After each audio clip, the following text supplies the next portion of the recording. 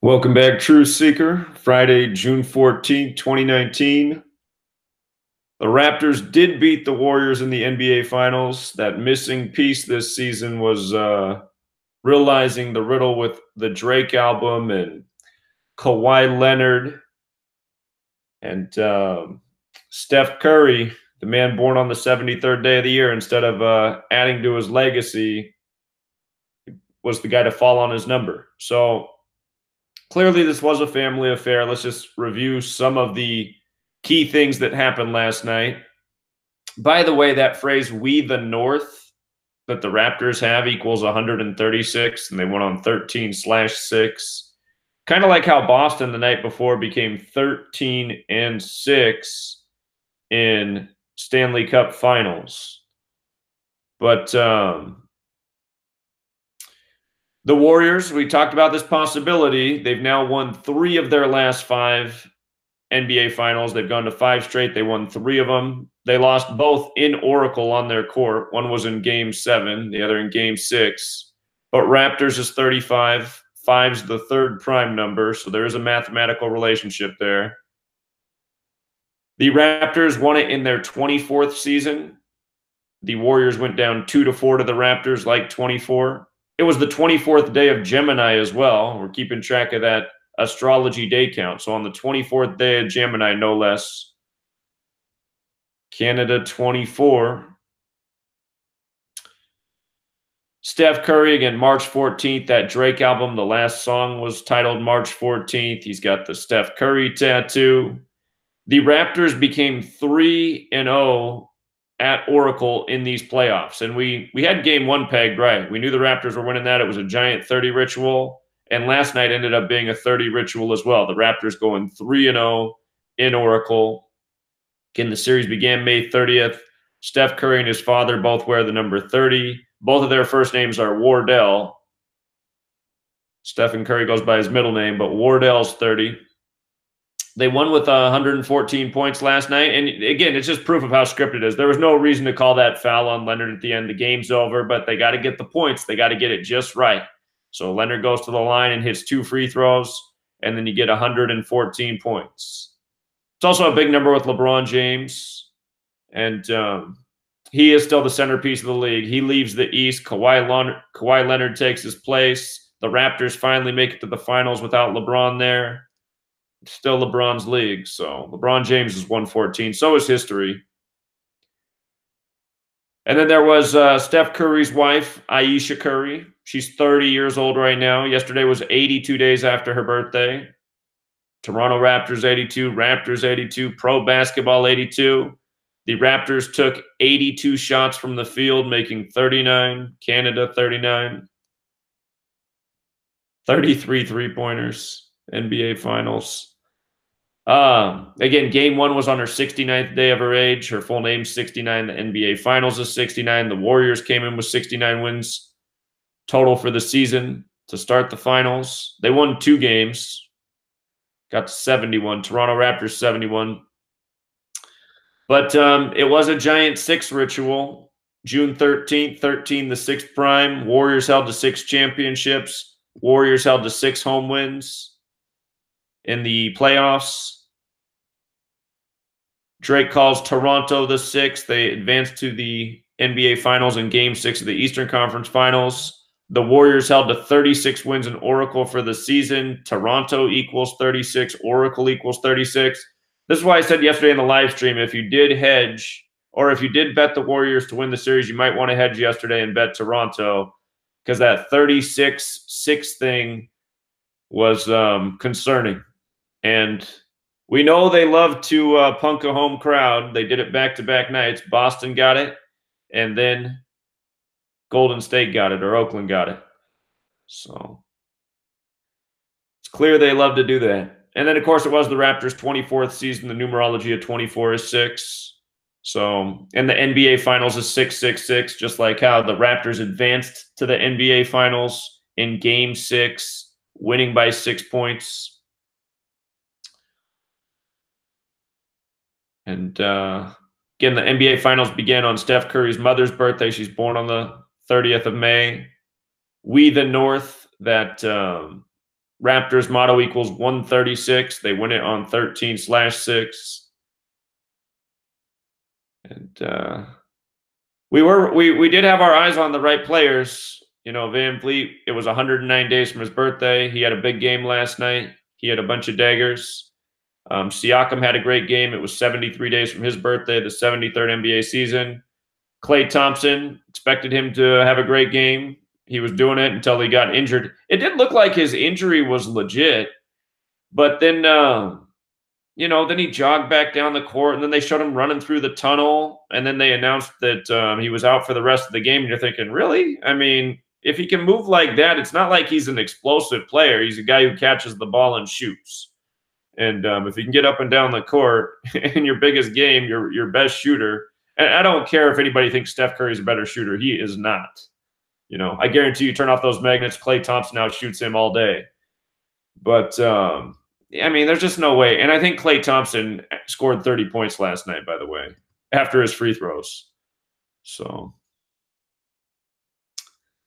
it did look, though, that, I mean, it did look like his knee went funny when he fell. It didn't look good, but it does seem that he definitely could have played more. So anyway, the riddle was 73. It wasn't with Steph Curry. Well, I mean, it was with Steph Curry. I mean, it's not like the prediction was so bad. Before the season began, we said it was going to be about Steph Curry and 73. If you bet Curry to, and the Warriors to win the Western Conference Finals and every series up to the NBA Finals, you probably still did okay. But yeah, I did think he was going to add to the resume. I thought this was going to be his year. He'd be the Finals MVP, but it wasn't so. Instead, if you saw the game, I mean, the NBA is just such a joke. I mean, how are you going to get the ball with about 10 seconds left and fire up a fadeaway three-pointer? Because even if he makes the shot, now you've given the team, 7, 8 seconds to respond and come back and score again? You're down 1 point. You got 10 seconds. Find a good shot, use a little more clock, go up. You got the whole team in foul trouble. I mean, hoist up a fadeaway three, just unbelievable. Anyway, pro sports, they're a joke. That is the main purpose of this work, is to expose people to how rigged and scripted sports are. And it's another shining example. Didn't have the narrative right, but not hard to see the fix. So that said, yesterday baseball wasn't so bad. Got our big upset game, got most of the games we liked. Unfortunately, they didn't get to finish this Mets-Cardinals game. That's going to make things harder with today's scheduled Mets-Cardinals game. They're going to finish this game that got suspended and then play another game today.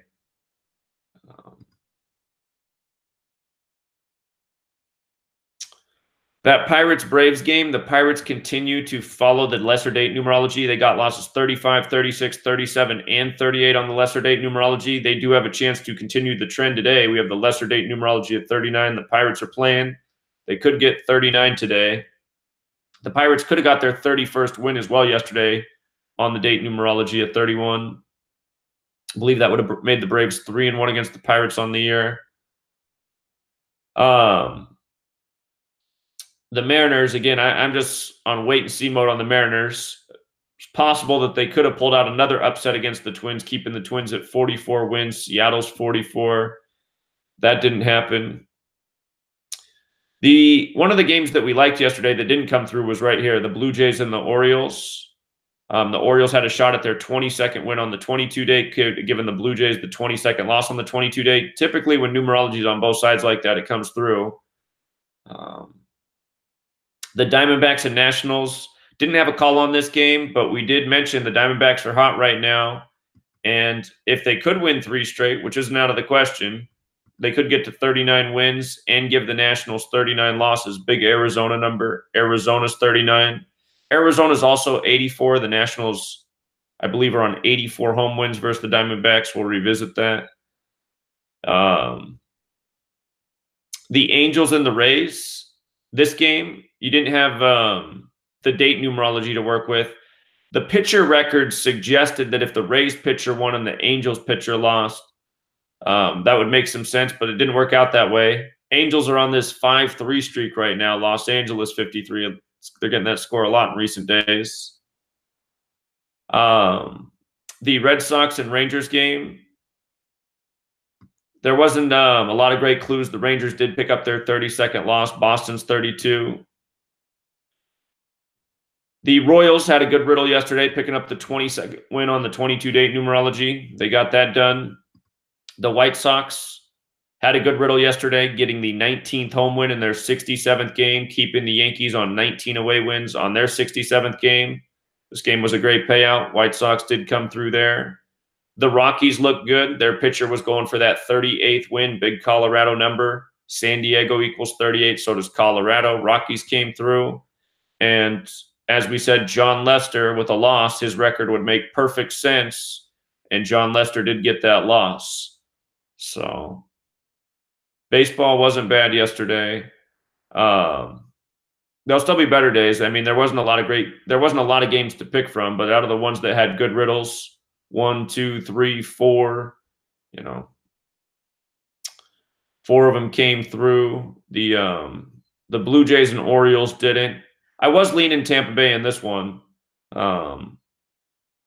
Just you didn't have the date numerology for the records, which you always like to have, but it would have made sense at the pitchers if the Rays came through. So it's always better when you got that date numerology in the team record.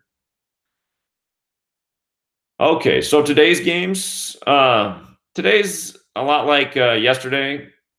Still waiting for a whole bunch of games to get on the board that line up with the date. There's not a lot of that today. There's a lot of back and forth. There is one potential real big upset on the board. That is this Royals-Twins game. And it looks like the money's going heavier and heavier on Minnesota because this line's been growing since I got up this morning. But we do have a 23-date numerology today. The Royals could get their 23rd win of the season, stay on 23 away losses, get their 9th away win. There's that 23-9 pairing that comes through so often. Just saw that with Baltimore a couple days ago.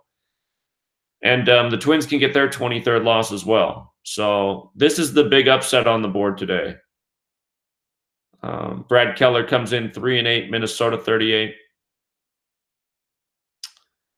The Rockies and Padres have 3 more games. I'm thinking the Rockies are going to take 2 out of the next 3, possibly win today, lose tomorrow, and then win the day after.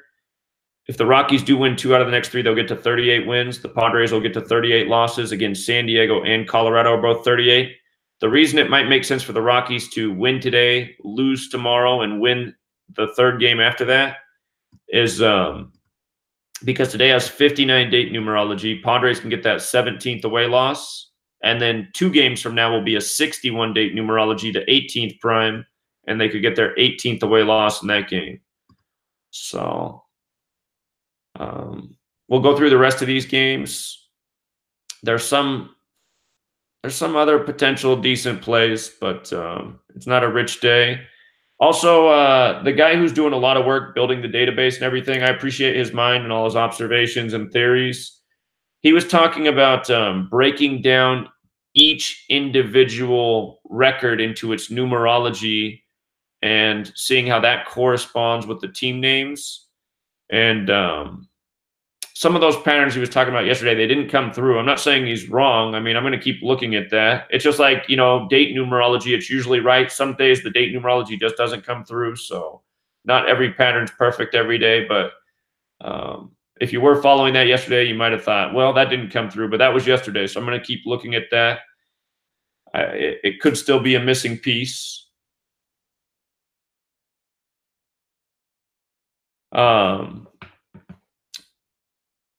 Let's go through it. Okay, so Diamondbacks at Nationals is the first game up. I guess I can get rid of the NBA day counts.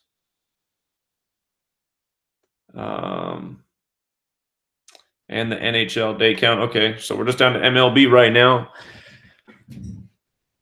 And you know what? Since we're just down to MLB, I think maybe what we can start doing each day is just at the end of decoding the games for the live stream, we can just start building up NFL observations, see if we can get it locked down on what the Super Bowl will be this year, because the clues are definitely out there. It's just a matter of uncovering the right pieces. And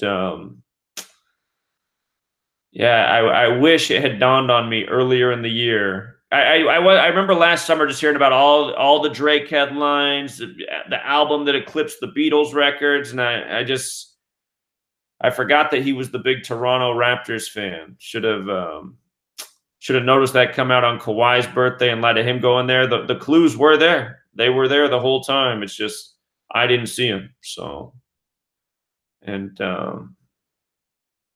makes all the difference. I got to say though, even if we did clue into that, I probably still would have liked Steph Curry, Mr. 73, adding to his legacy, going against the album. Maybe we would have saw that finals matchup before the year, but that was one big clue. I really did think the NBA finals were going to begin in Oracle on that day, and they didn't. But I knew the season was going to have a lot to do with Oracle, so it ended there. Here, we got a call here. Caller. Hey, Zach. What's up, man? Hey, did you know the first NBA game was played in Toronto? I learned that last night. I heard them say that last night when they were doing all the ceremony. Never knew that before. Yeah, that was new. Yeah, it was 73 years ago. Well, that makes sense, right? Because it's the 73rd NBA season. But I had never heard that before last night. They said it was the New York Knicks and the Toronto Huskies. Yep, in 1946. Yeah. So, and Raptors equals 46. It was technically 72 years ago, but you know what that meant. Sure. But I mean, it makes sense because, I mean, it's the 73rd NBA season. So if the first game was there, and basketball does have those Canada roots too. So, yeah, I see what they did. I see what they did. Yeah, they unveiled a new Warriors logo too. Really? Today? I think 2 days ago. You can type it in on Google. Warriors unveiled next year's new logo. Really? It's kind of the Bay Bridge, just a little bit more detailed. Let's see. Royals reveal new logo for next season. Can you spot the changes? Let me see. Is this the new one? Yeah, it's like they just changed the stripes on the bridge. I see there. It looks like there's less of them. Yep.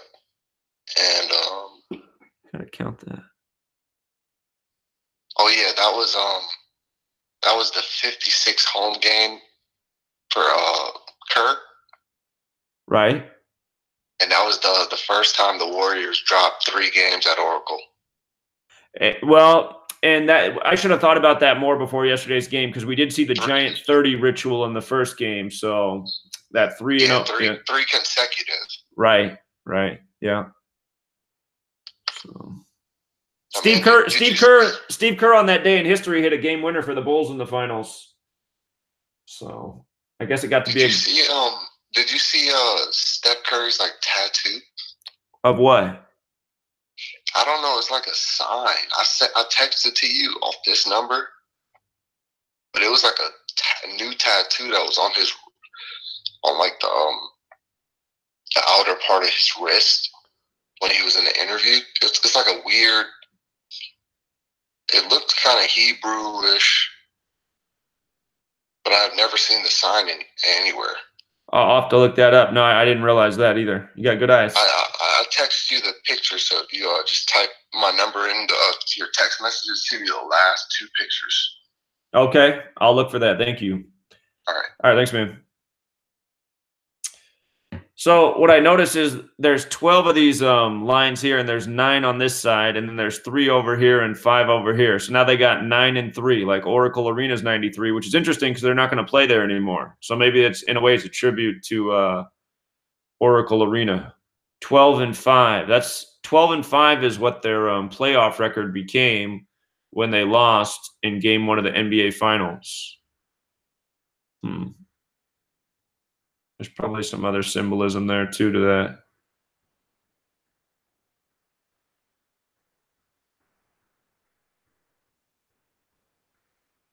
Okay.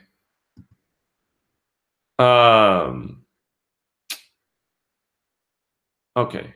Let me call back this gentleman too. He was calling in.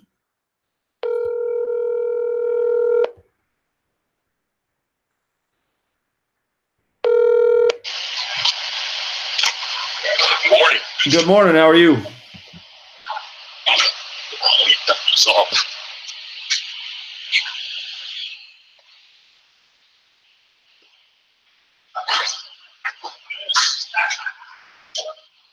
Zach. Yeah. Sorry about that. No, that's okay. I saw you called. I want to call you back. I had the thing on in my case and I had to grab it. No, first thing I saw when I woke up this morning was they put Toronto Triumph. That was the very first thing. So when I put that in the calculator, it was funny, man. I saw the 222, like Order Out of Chaos. Right. But if you put Order Out of Chaos and Toronto Triumph in the calculator, it's got 3 out of 4 in the base ciphers are the same. Huh. And then I was telling Johnny on the way to work, my buddy Johnny out there in New York, I was telling him, and he said that fucking Klay Thompson got hurt at 2:22, 2 minutes and 22 seconds. Oh, is that right? I didn't catch that, huh? I didn't either, man. That's what he was telling me. Hey, and one of the guys at work was asking me, you know how they have that half court, they got the new logo, because the other guy before that was talking about the new logos, but they got that thing where it's called the town. The town, right? Like the town's 33, like the finals. It lines up with the finals, right? Right. But what is that, man? Look at it, because I pulled it up, and it says it's some type of like Oakland tree, but it kind of looks a little strange to me. If you looked at it, look at the picture of that. Sure. The Warriors logo on their court. Yeah, what the hell is that, man? What are they really trying to show us there? Let me see if I can pull it up. Pull it up.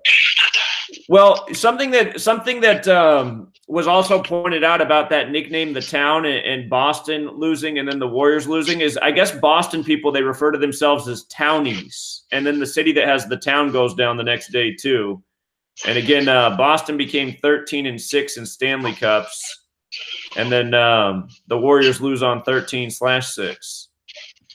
So, yeah, there's some riddle going on between those cities too, and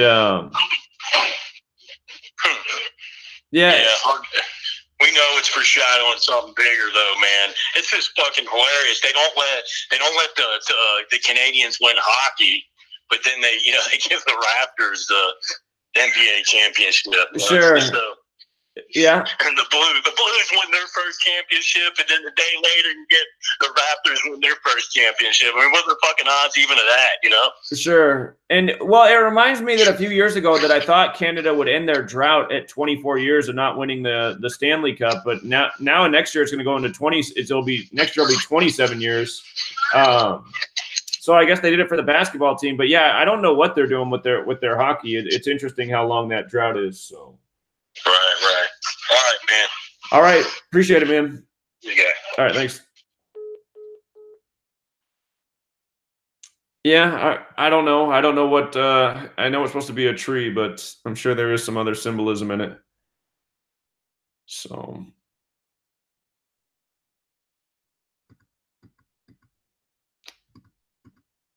Okay. Anyway, Diamondbacks, Nationals, talking about this game. Again, we're also keeping track of these Gemini Day counts. Today's the 25th day of Gemini. That there is something definitely to the Raptors winning in their 24th season on the 24th day of Gemini. So I'm starting to think there definitely probably is something to keeping track of the astrology day count where you are in the period. I don't think that's coincidental, that giant 24 ritual on the 24th day of Gemini. But again, the date numerology today, 59, 32, 23. 59 is the 17th prime number. 23 is the 9th prime number. You got the lesser date numerology of 39. It is the 14th, so maybe teams that are on winning or losing streaks, those could end today. Caller? Yeah, Zach. So I just wanted to bring up a couple quick things real quick. Yesterday, me and another guy that looked at the Patreon, we hit a 17 parlay yesterday for $20. It paid us $1,300. Wow. Today. Yeah, so that was a nice little parlay. Basically, we just took a couple of your picks and then mixed our own gut feeling in there too. So I found that to be pretty effective. take a couple of your picks and then mix and match a couple of our own. And that's usually how I've been winning lately, because that's the second parlay I hit in 2 days in a row. Because yesterday I hit the one for 1,300, and then the day before that we hit another one for like 400. So that's over $1,700 profit in 2 days. Good work, man. Yeah, so that's pretty good. And also I wanted to bring up today's game. The Red Sox look great today for Riddle to win. Did you say Red Sox? Did you say Red Sox? Yeah, the Red Sox. Yeah, they can pick up their 20th away win and on their 71st game. So I think that's a pretty good sign. And today had 20 date numerology as well. Right. So that looks really good for them. And I wanted to bring up about the NBA Finals last night. So I think the injury to Klay Thompson really affected that game. That's when I instantly knew that they were going to have the Raptors win that game. And, it was all about the six, Drake in the six, and it was synced up with Drake. And what else about that game? Oh, so here's the funny thing. So after the game, they posted the winning odds for next year's finals, and they had the Warriors to win next year again, and their odds were 7-2. I said, how funny. They just finished the season with 72 wins.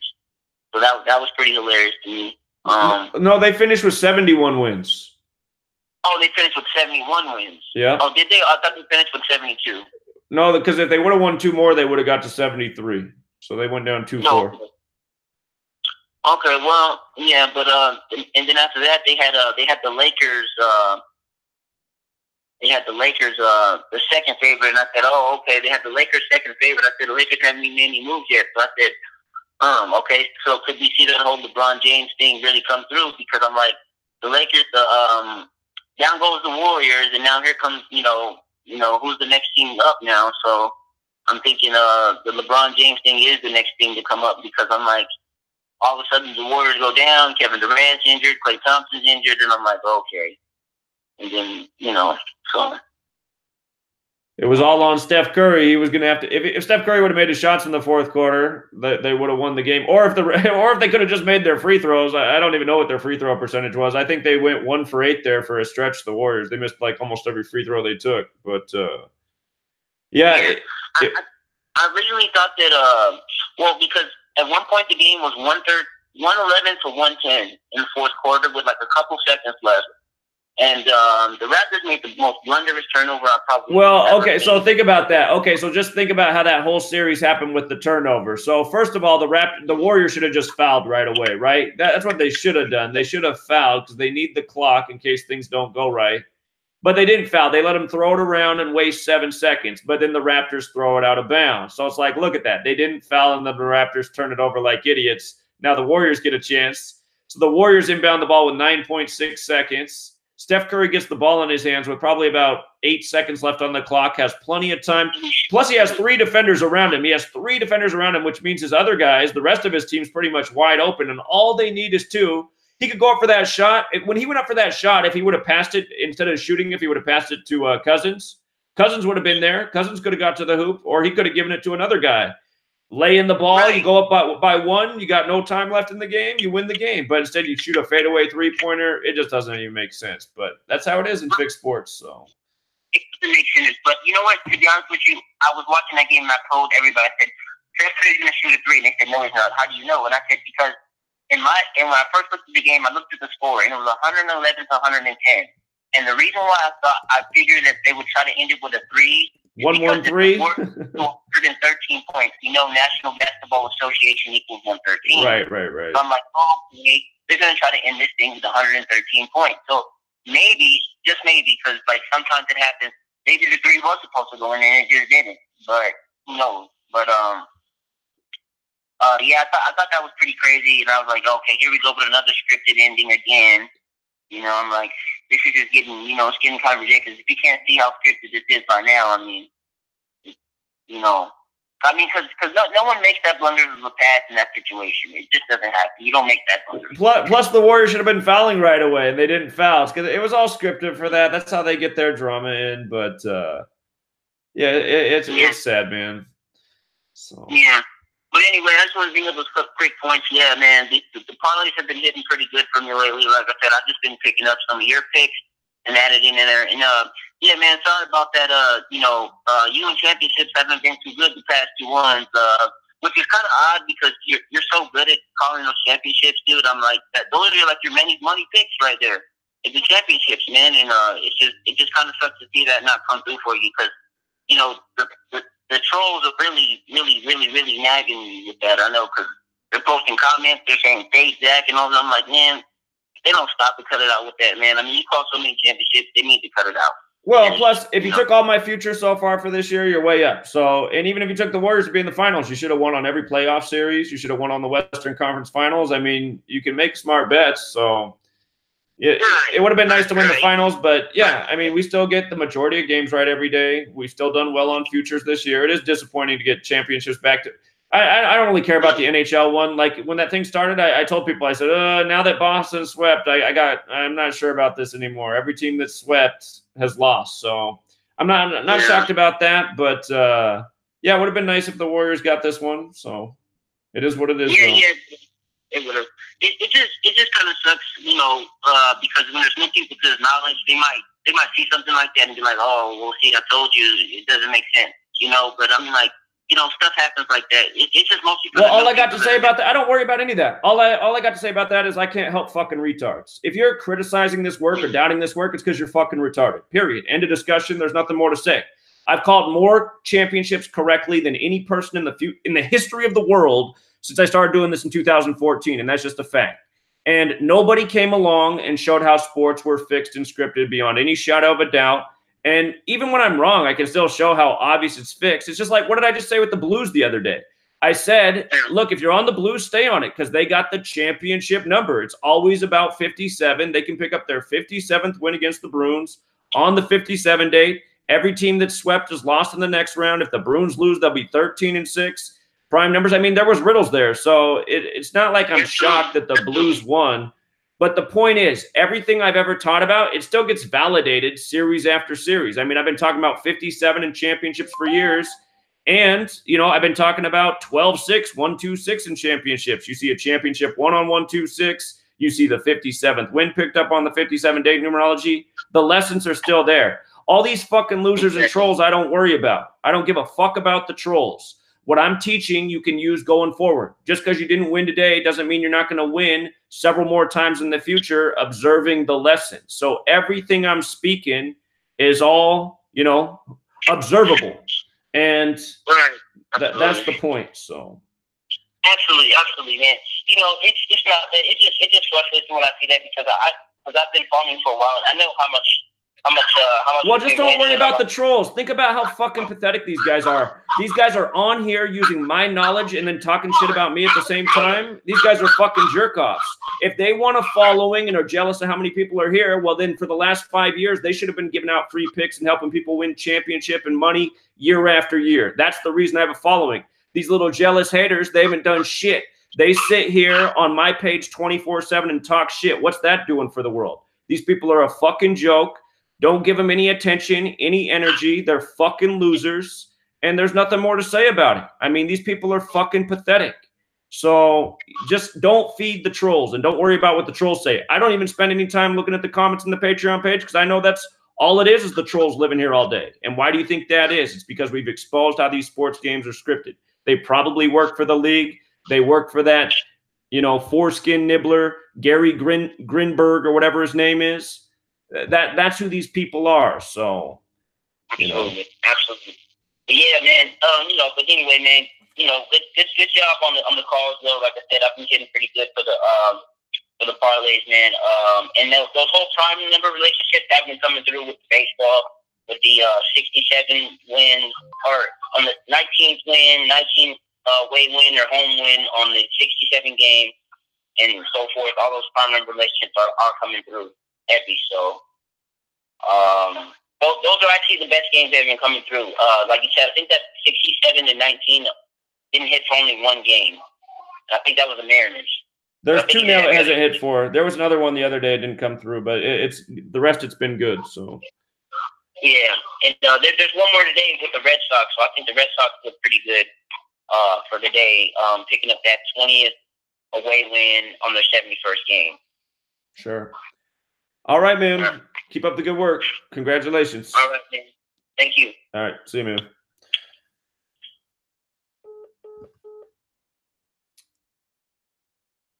Okay. So, yeah, I was just looking at what teams are on streaks today, just since it is the 14th. Tampa Bay's dropped 3 in a row. There's not any. The Braves got 7 straight. Pirates got 7 straight losses.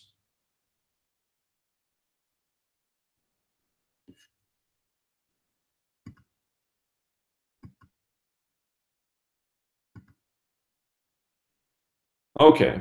So anyway, getting back to today's games. Diamondbacks, Nationals. Nationals are a big favorite because they're at home with Scherzer on the mound. I'm not crazy about this game because there's not a lot to go off of. The Diamondbacks, if they lost, they would stay on 23 wins on a 23 date. That's one thing that could go against them. Again, staying on the number, never the most consistent variable to go with. What's up, caller? Hey, how's it going, Zach? What's going on, man? I mean, you can't be right 100% of the time, so just don't, I agree, you're teaching the knowledge, and, it's like people paying $5. Come on. It's all nonsense. So, you're teaching the knowledge, and that's a lot to be thankful, because we can do our own, like you said. And I was going to tell you, remember I was saying about, I was going to ask you a question. I'm not to put you off, not to set you off, but if you had a favorite sports team and that team moved to a different location, will you still support that team? I don't know. Maybe if I was into sports and I had a team, but okay, it wouldn't be the same. I wouldn't think. I'd be like, well, they're not in my city anymore. See, most of the Seattle fans, I got to observe that most of the Seattle Supersonics fans instantly began to hate the Oklahoma City Thunder. So I think most people would say no to that question. I definitely agree, and it's just kind of coming up because this is the reason I asked.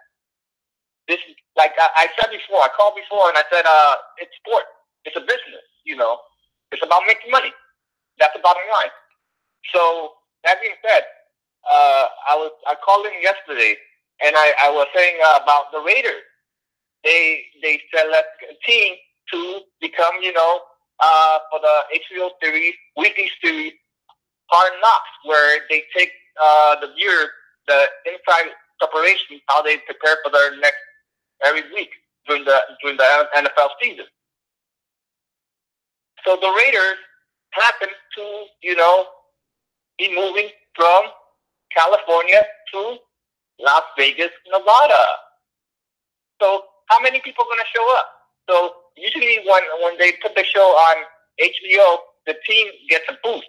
Everybody becomes to see them on a weekly basis, and you get more fans. So now they're moving from California to Nevada. See where I'm going at? Right. So it's like I said, it's a business. Not only that, they happen to get Antonio Brown, one of the best players in the league, the Raiders.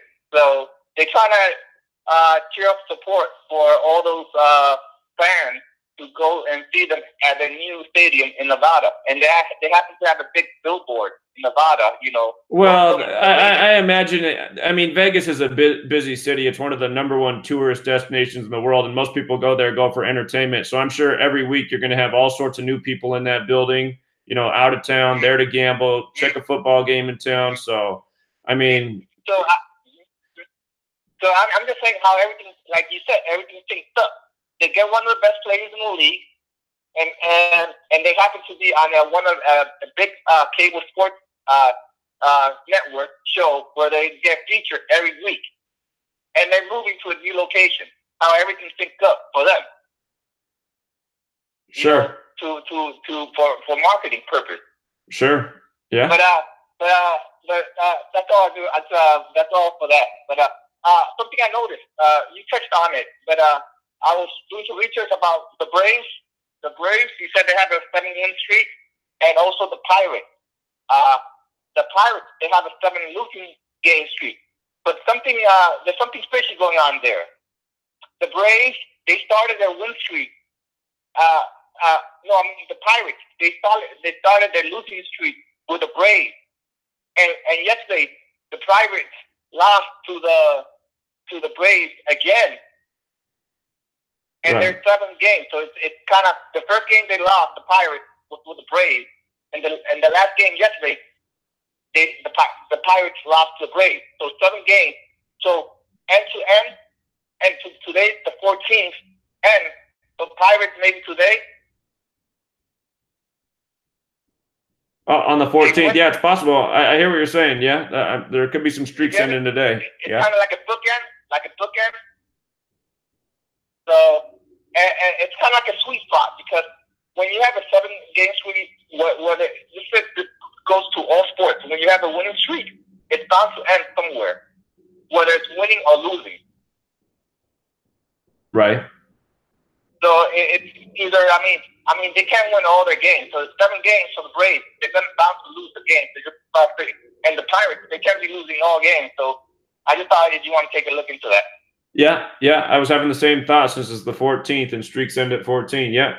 All right, man. Appreciate it. Mm-hmm. All right. Thanks, dude. Okay. So anyway, this Diamondbacks Nationals game, there's not a lot to go off of. The pitcher for the Diamondbacks, he's at 39 wins right now. Caller? Hey, so I wanted to point out a couple things. First, in terms of that NBA game last night, and then also an observation for the Pirates game, then I'll go into the 3 reasons why those games missed. So first, with the Warriors last night, the 111-110 score, if the Warriors got the 2 points, it would set up a 2-2-3.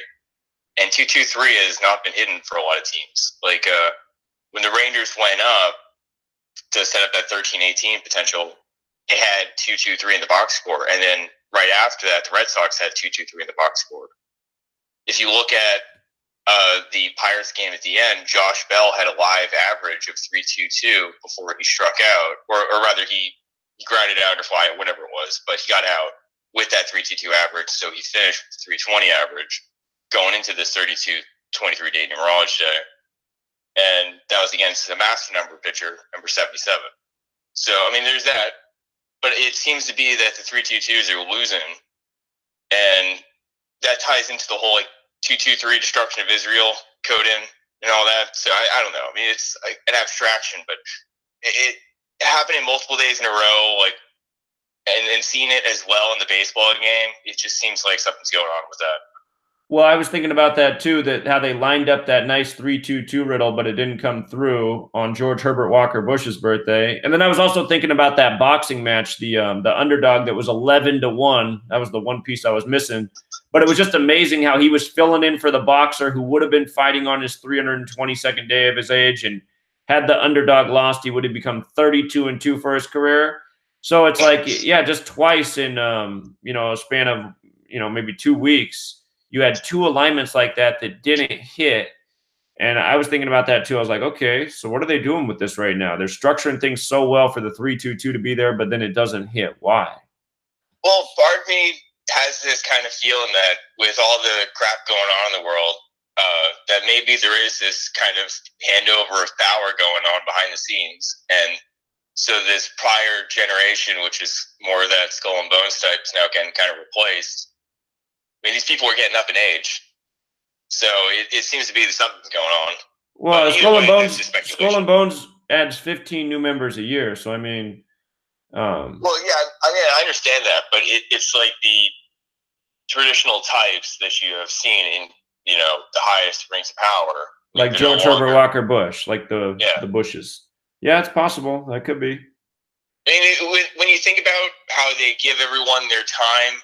It's like Bush had himself and his son, and then Jeb was set up perfectly in that last election with so much money going behind him that he lost to Trump. But this is all like speculation, so I'm not going to like try to spend much time on that. It just was interesting that the 3-2-2s were losing. Yeah, there's something going on with that. In terms of the Mariners game, that one turned out to be one that I was going against my own reflection rule. And so it sets up now where they should lose 2 more in a row to go to the 11-9 reduction because of the 119 connection for them. Mariners equals 119, right? I know what you're saying. And the Twins 85 thing could have happened though if they lost yesterday. So yeah, but the reflection rule that I have, where you take the number that's in the gematria of the team, so in this case it's like 119, you reflect that, you get 911, and then you do the bottom row and you get 116 and 611. The bottom row, the number that's directly below the number that you're putting into the team, that's one that is like a very bad number to see. And I've noticed this trend a lot. And so yesterday with the 116, I should have been thinking about this, because having the 6 there set it up where it was really struggling against them. And now if they lose 2 more, it sets up the 29-44 record, which is another master number, and then the 29-45, which is up to 11-9. So it seems to be that they're going to lose 2 more in a row. And in terms of that, like 20 and 11, that would happen with the Twins. It ended up being 21 and 10, which is like 31, and 31 is a higher weighted day numerology in terms of just how we always write it. But anyway, so for the Pirates game, that is also explained by the setup for the next series. So the Pirates now at 38 losses on 38 day numerology, headed to Pitt at MIA equals 32. The 30-38 is like 30 and 11 or 32. Marlins equals 32. So Marlins drop the next home game and go to 12-24 and sink 24 home wins to create a 3-6. Like 36, Miami equals 36. Marlins are at 18 night wins, 27 night losses. Pitt equals 18, Miami equals 27. If Pirates drop 2 in a row, and this is what I think is most interesting. So if the Pirates drop 2 in a row, they would fall at 17-22 away, like 84. Pirates equals 84. If Miami won 2 in a row, they would go to 26-42, like 86. Marlins 86. So it sets up where if these 2 teams have this play out, then they have both of their names showing in the reduction with the gematria sync. And if you look at that Orioles game, I should have seen this before, because I even had said like there's something going on with the overall record and the away record and overall and home, depending on which team it is. And so with the Blue Jays winning, it's set up at 25-43, like 7-7. Houston equals 77, and Jays go to 13-21 away, like 43. Astros equals 43. TOR at HOU equals 34, and then the night game record, the 13-25, set for 47, another 47. So the main thing though was the fact that the Blue Jays record says Houston Astros. Like that can't be a coincidence. And so what I think is, instead of them winning on 6-16, which is my original theory, then instead they just drop 3 straight and the Astros sweep the series. So the rule did still apply yesterday. It's just that there was an element that we weren't using it in conjunction with the other rules we've already established, like reflection, like when you have 47s on the board, and having things go towards the 9-11, 119 connections more often than not. And so then for today, the leans that I've got going, I previously mentioned the Indians losing 2 straight to the Tigers. I think that's still on the board. Because the Angels won last night, I think the Rays potentially win today. I think Rockies win another one, because I was saying yesterday they win 2 in a row. I was saying yesterday also Diamondbacks would win 2 in a row, so today would be the second win. Then I already mentioned with the Blue Jays thing, so the Astros should win today, and then 3 straight. I already mentioned the Mariners losing 2 straight. They're playing Oakland. And then Marlins, if they do win that 2 straight, it would set up that perfect sync. And so if you look at the Yankees and White Sox, this game seems the most interesting to me. So if Yankees lose, the White Sox go to 34-34, more master numbers. And I mean, you could think of it as a reduced tribute, but I think it's better to just call it master numbers, because the 77 there. Maybe 2015 home, 21-13 night, like 2-6 and 34. And then 34-34 is interesting because it's the 68th game. So the Yankees would go to 6-8. It is a 39-day. So White Sox equals 93-39. CHW equals 34. It's a lesser 21-day. It could send the White Sox to what? Wait, do I have this right? The night game record, I just have here 21 night games. I think it's 21 wins. If the Yankees win, they go to 42-26 overall, 20-13 away, 23-17 night. So there's 6-8, 2-4, 5-8, and then if you actually add up the overall and the away record, you get 14-16. So it's like a 5-6 or 56, which is an inversion of 59, which if you apply that reflection rule I was talking about, so you have 59 on the top and 95, and 56 and 65 on the bottom. 56 is that reflection, or the inversion rather, is 59. So that's leaning very against the Yankees then. And so if you actually look at the rest, Yankees lost. They go to 41-27, 19-14 away, 22-18 night, which is like a 59-day numerology because the 4 + 20 + 5, 2 + 7 + 9. You go to 1-5 away and 4-9 night.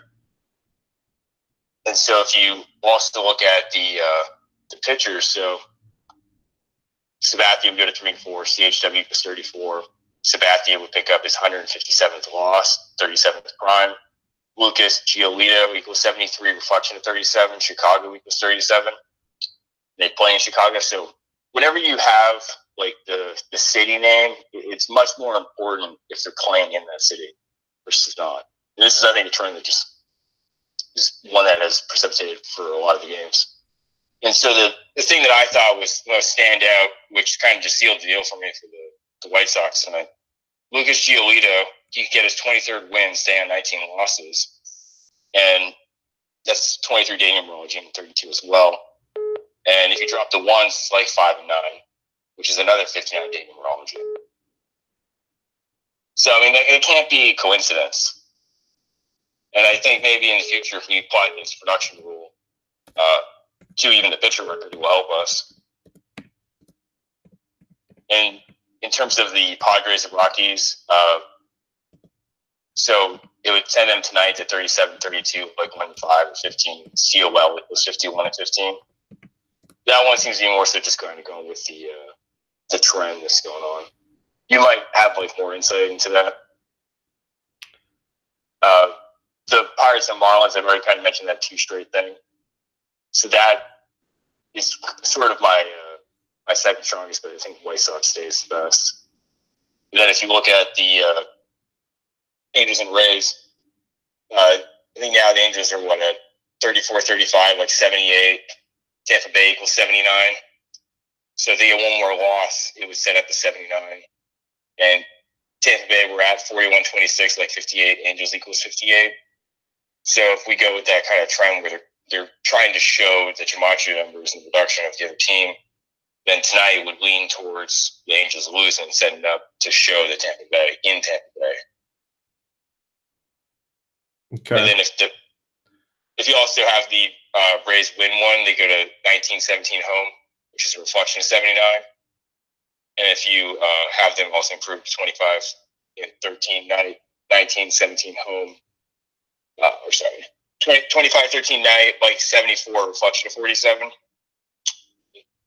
Tampa Bay, if you look at the 3 of the day numerology, 69-32-23, it's also one of these productions of 5. So today seems to be a 5-day. And then if you look at the Cardinals game, I mean, I have some notes here, but I think with that game last night getting suspended was kind of weird. I had the Mets yesterday, and if you actually had taken the Mets because of the betting rules, the game got suspended before there was the first out in the bottom of the 9th. So it goes by the score of the previous full inning. So the Mets were up 4-2, and so they would have actually won that. And if you actually go by all of what I picked yesterday, if you took away some of the plus teams, I went 7 for 7, 8 of 8 if you include the Mets game, and then the only 3 that I missed were ones that, when I started this off, I recapped that the Orioles set up that Houston Astros thing. The Pirates set up the perfect sync with Miami and the Marlins. And the Mariners are setting up the 119-911 connection which fits Mariners Eagles 1-1. So the rule totally applied yesterday, and it should apply today.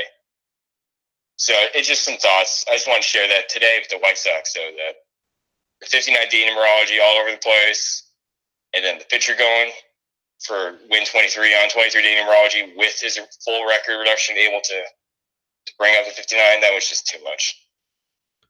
Sure. Yeah, I liked the Mets yesterday, so we'll see what happens now they got suspended and they're going to resume it today. But yeah, I did see how they gave up that lead at the end also. So, which makes me think that that was totally on purpose because they had the tarp on, and then they removed it just so that they could score these 2 runs, and then they put it right back on. Yeah. So it's got to be like that postponement for the Yankees game the other day, where the game that was the one that was pushed, that ended up being the second game of the doubleheader, and then they lost the early game.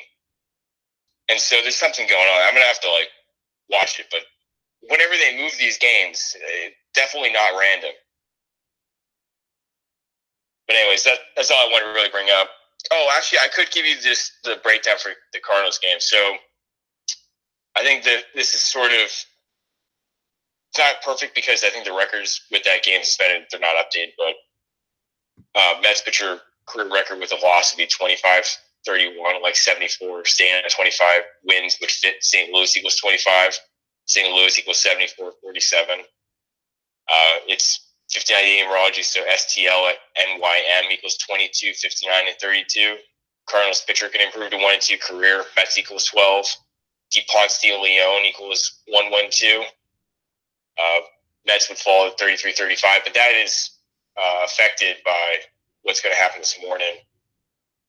Right. It's the Mets are 1-2 versus the Cardinals this year. I imagine by the end of the day they'll be 2-3, just because it's the 23 date. So it's also a 32 date. You could read that either way. Yeah, the Mets starting pitcher Steven Matz wears number 32. Steven equals 32. SM equals 32 and 13.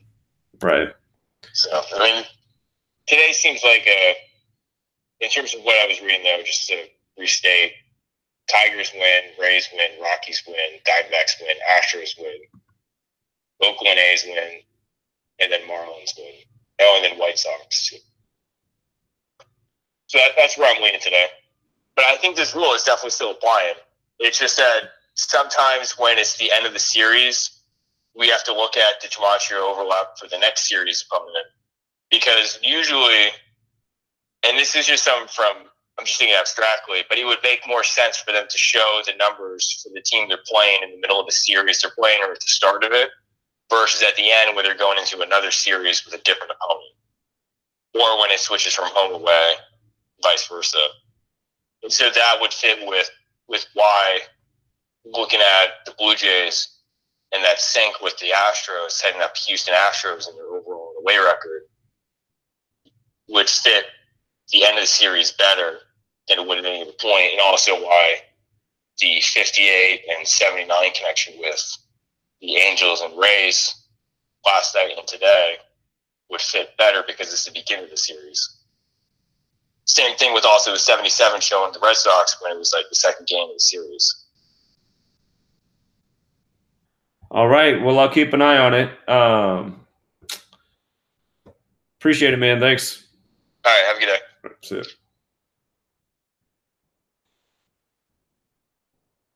Okay.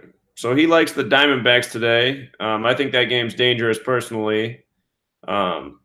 His theories are interesting, but it's it just seems like there's so much number play. Just like caller. What's up, Zach? What's up, man? Hey, see, they did the 6 yesterday. Yeah, it was all 6s. That's why I said if you had Warriors, you might want to hedge and take Raptors yesterday. It was the Super 6 ritual. Yep, I told you it's all about Drake in the 6. Curry White was 55-8, 58. What I wanted to mention, though, to help us, man, could you do me a favor and look at what baseball teams have the pig establishment? I think that can help us get to the World Series. Okay, so what about the Blues? What year were the St. Louis Blues established? Let's see if they fit into this pig year thing.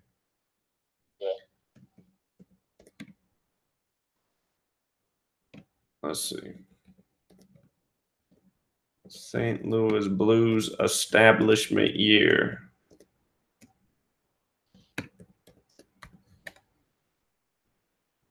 '67. 67, 19th prime. Yeah.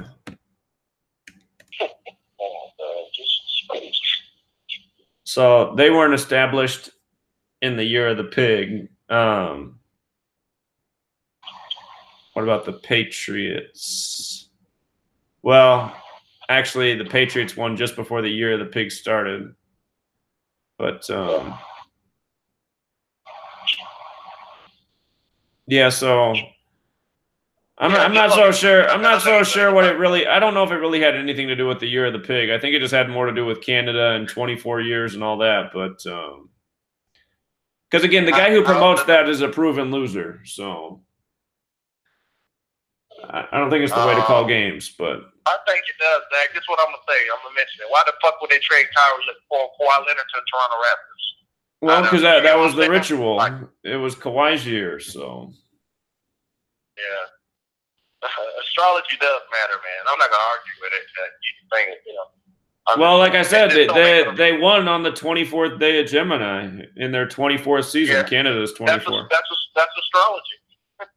Right. So I'm not saying that, but I don't think the year of the pig and all that, I don't think that's like a consistent thing. Yeah. But like I said, though, Zach, one thing I've been saying, and I know all the callers have been paying attention to me for a month now, that prophecy, man, all they do is God rituals, man. 652 prophecy. When you see that, it don't matter if the team's not prophecy. That's what they go off of. That's just, I'm telling you, man. I've been saying it time and time again. I've been right, And I knew it. That's why I told you 2 days before. I was like, they're going to end on game 6. Because 6 equals 52. Drake, 6 God. That's what they call Toronto the 6. Well, something that's pointed out to me is now Toronto has won championships every 26 years. And I know that they do pair 6 and 26 together. So yeah. And just a heads up, I really think it's Philadelphia. All Philadelphia teams going to start rolling. Because, we almost said 2023 and all that stuff, too. So in a couple years, we might want to go put money down on 2023 that Philadelphia 76 is going to win the championship. So Philadelphia equals 223. You know what I mean? Sure. Yeah, I think that's a good future bet. Well, you got to wait a long time on that one. So. Hey, but think about it, Zach. You go to Vegas, so no guy takes trips to Vegas, so you put $100 down. They're not taking any futures for 2023 yet. I'll tell you that much. What do you say? They're not taking any futures for 2023 yet. Yeah, they do. You could do futures for anything. Well, that's not true, man. If you've been down there, sometimes they're not taking on futures yet on things you'd expect them to be taking them on. Yeah. Yeah, that's all I want to say, man. I guess we got to start looking at astrology more a little bit. I know I am, so that opened my eyes up. So, what's your pick today for baseball, man? I want to play some plays. What do you like the most? Well, I haven't been able to get into them yet just because we're taking calls. But the big upset on the board is the Royals to beat the Twins. You got the date numerology on both sides. Royals can get the 23rd win, stay at 23 away losses. Twins can pick up their 23rd loss. It's 23 date numerology. And if the Royals win, they do the prime number thing. They become 9 and 23 away. So. Okay, what are they playing in? Kansas City? Nope, Minnesota. Oh. And the line is growing and growing and growing. So. Okay. All right, man. All right, man. Thanks, man. I'll keep looking. All right. See you. All right, yeah.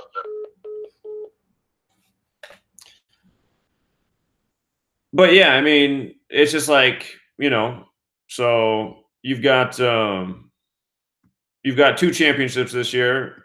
The year of the pig thing did work out because it is a pig year and it was a pig year in '95, but that's also the year the Raptors were established.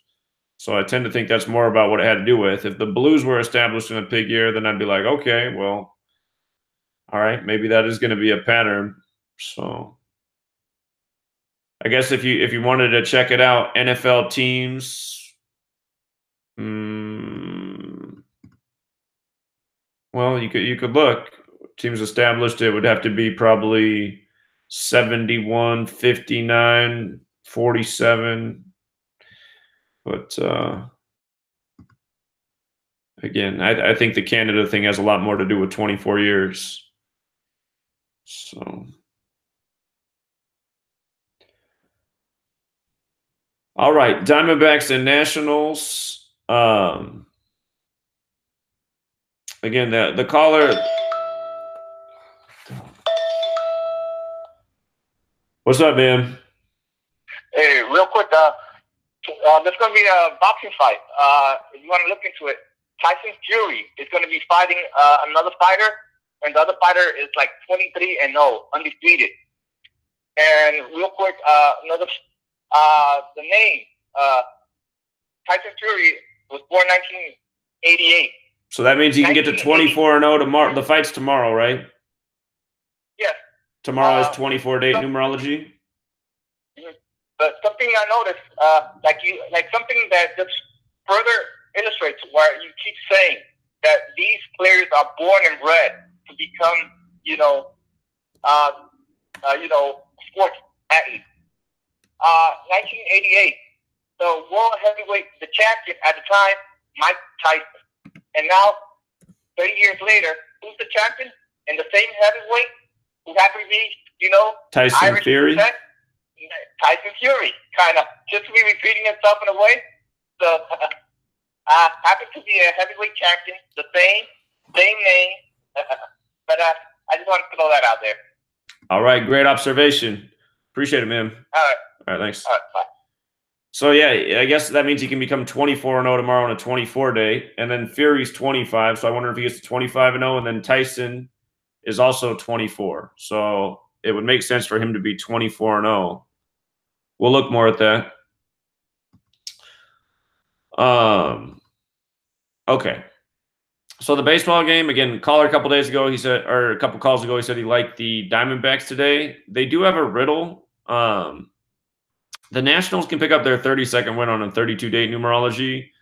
So I'm not crazy about that game. The Nationals could also pick up their 17th home loss on a 59-date numerology, 59 the 17th prime. Diamondbacks could stay on 23 away wins on a 23-date or 17 away losses. So there is the chance, though, we talked about yesterday, that the Diamondbacks could win 3 in a row. Both teams would get to 39. Arizona's 39. Excuse me.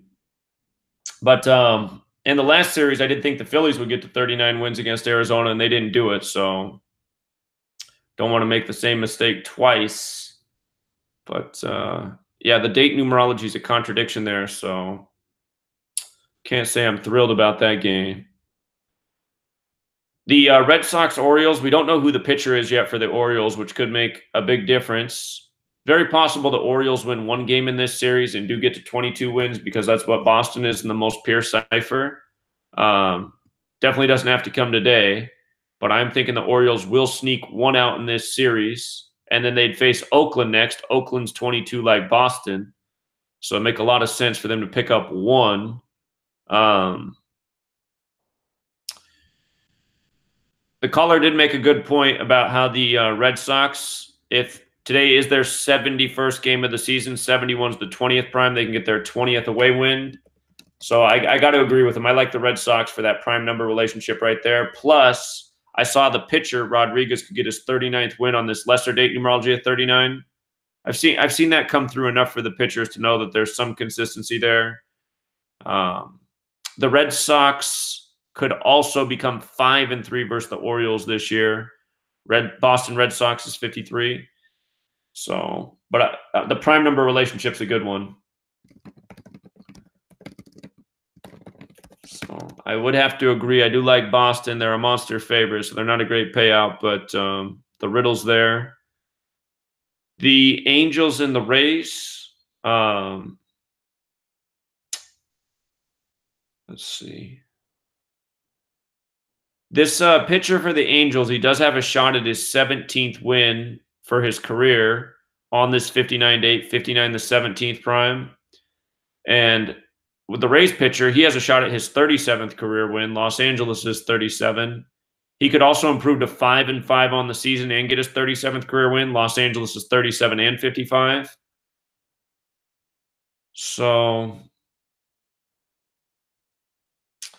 it's like yesterday. Yesterday, the Rays had pretty much the riddle for the pitcher, and the Angels had one going against them, but the Angels still prevailed yesterday. Either team could stay on 17 away losses on the 59 date, so I'm not crazy about this game.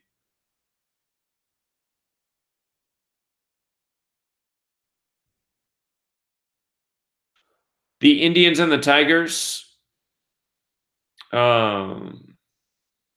If the Indians did lose, their record would look symbolic. They'd be 34 and 34, and Indians is 34. Plutko is 6-6 for his career. If he lost, he'd be 6-7. Cleveland Indians is 67. The Indians could also pick up their 17th away loss today on the 59 date numerology, 59 the 17th prime. The only thing that worries me about the Tigers is just a lot of teams, they'll get that master number homer away record in their 33rd game if it's there, 11 and 22. But the Indians definitely, I would say the Indians have more things going against them. Cleveland's a big favorite despite being on the road because Ryan Carpenter's pitched so horribly this year. Notice if Carpenter won, he would become 2-3 on the 23 date.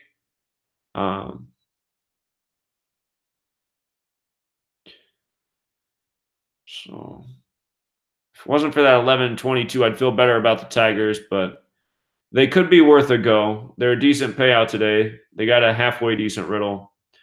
The Cardinals and Mets game is going to depend on what happens with this game right here. So again, if the Mets do end up pulling it out in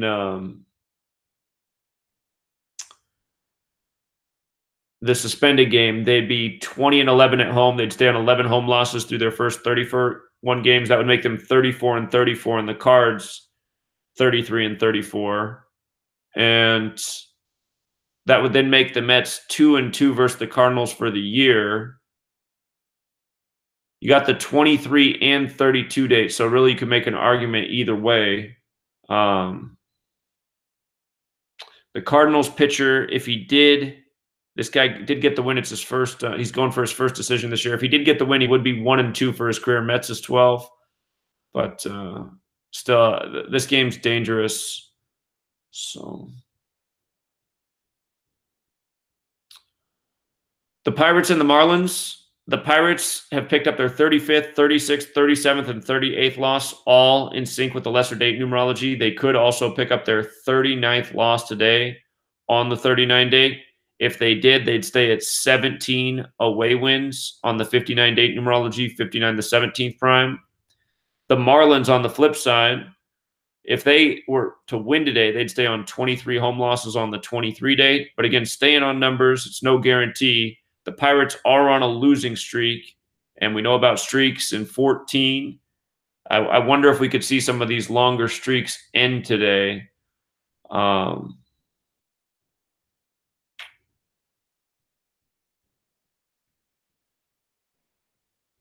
So I think I'd wait and see on this game. I think if the Marlins do win today, I think tomorrow they likely pick up that 24th loss on the 24 date and possibly the 25th on the 25 date as well. But the other observation I noticed is if the Pirates did end their streak today, the Marlins would stay on 24 home wins and pick up their 24th home loss going into tomorrow, 24-date numerology. So there's some things going against the Pirates, but just to be in the 14th and streaks ending, I'm not crazy about that one either. The Rangers and the Reds. The Reds' next loss is 37. The Rangers' next win is 37. Rangers is 37. It has me thinking maybe the Reds will just lose one more game in this series here, which means it doesn't have to be today. The pitcher Chavez, he's 2-2 on the season. We have a 23 and a 32 date, so that could go either way. The pitcher for the Reds, he's on 17 career losses on the 59 date. If he won, he'd stay at 17 career losses, 59 the 17th prime.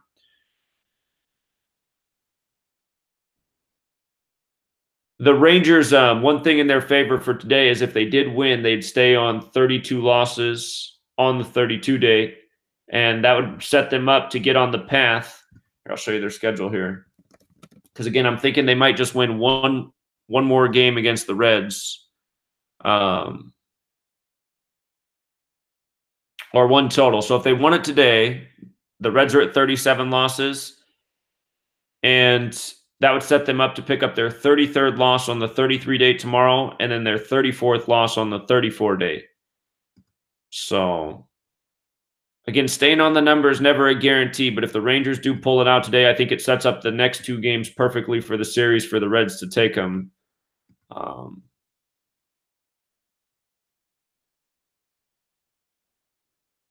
So I would look for that in that game. The Phillies and the Braves. The Phillies have a shot at their 39th win on the lesser date numerology of 39. They could also pick up their 17th away loss on the 59 date numerology, 59 the 17th prime. Braves equals 59 as well.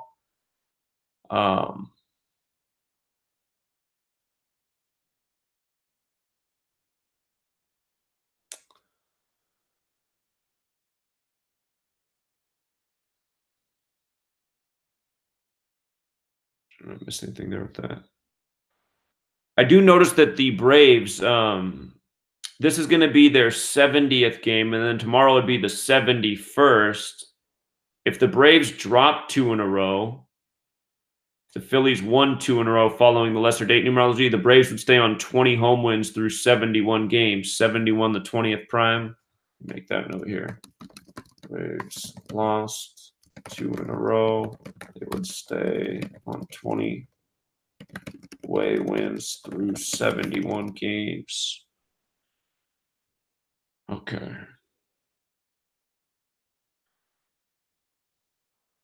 So the Yankees and White Sox, I liked the White Sox yesterday. I was thinking it would make a lot of sense if the Yankees won the next 3 games. This is a 4-game series, because then the White Sox record would be 33 and 37, New York's 33, Chicago's 37.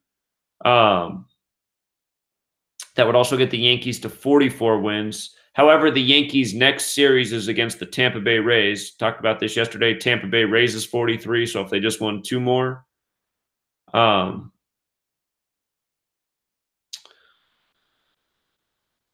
The thing about Giolito, so the caller earlier made a good observation that if Sabathia did get the loss today, he'd get his 157th career loss, which is the 37th prime, and Chicago's 37, so it could be a fitting opponent for that. Giolito, what I noticed about him today is he could get his 23rd win on the 23 date numerology, so that would make some sense. And if he won, he'd become 10-1 on the season, kind of like 101, the 26th prime Yankees 26. So he'd become 10-1 against the Yankees. We were thinking the one Yankees pitcher might do that, who's now on the temporary injured list. He did not. He ended up dropping to 9-2. But if Giolito did get his 10th win of the season against New York, remember when you write out 10, it equals 39. We have the lesser date numerology of 39. New York equals 39. White Sox equals 39. I do go back to earlier this year. There was a great 39 riddle on the board with the Yankees and the White Sox, and it didn't come through. I still remember that game. I was like, what in the world? How didn't that 39 hit? So I have not forgotten that. That was early in the year. The White Sox this year are 3-1 versus the Yankees, which means the Yankees are 1-3 versus the White Sox. Now, we do have this 23-32 date, right? So a Yankees win would make a lot of sense there for the head-to-head record for the season. And then tomorrow's a 33 date, so if they drop 2 in a row, they're 3-3. And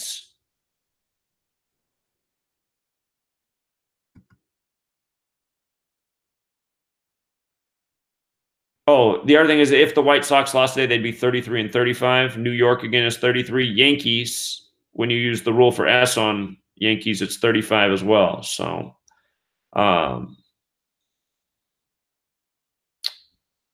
this one's tight as well. I think it's a roll of the dice there. But if the Yankees do lose today, well, play it day by day. But going into oh, you know what? Actually, there's a number I haven't thought about this whole time.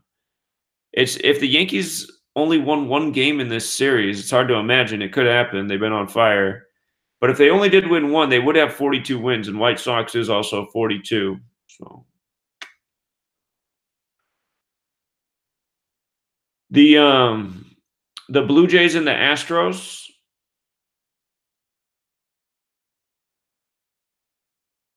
The Blue Jays, the pitcher Aaron Sanchez, he's 3 for 7, 3-7 on the season. If he lost, he'd be 3-8. Astros is 38, and he could stay on 32 career wins on the 32-date numerology. Houston's also 32, so a good team to stay at 32 wins against.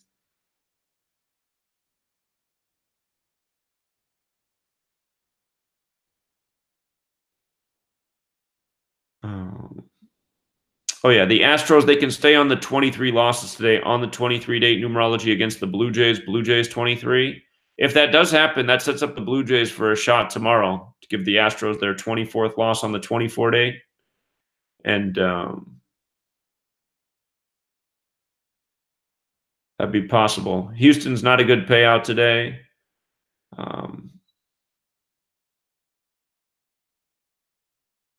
So I'd look for them to win, and then tomorrow they could be a great payout. Tomorrow there would be an upset for an upset narrative.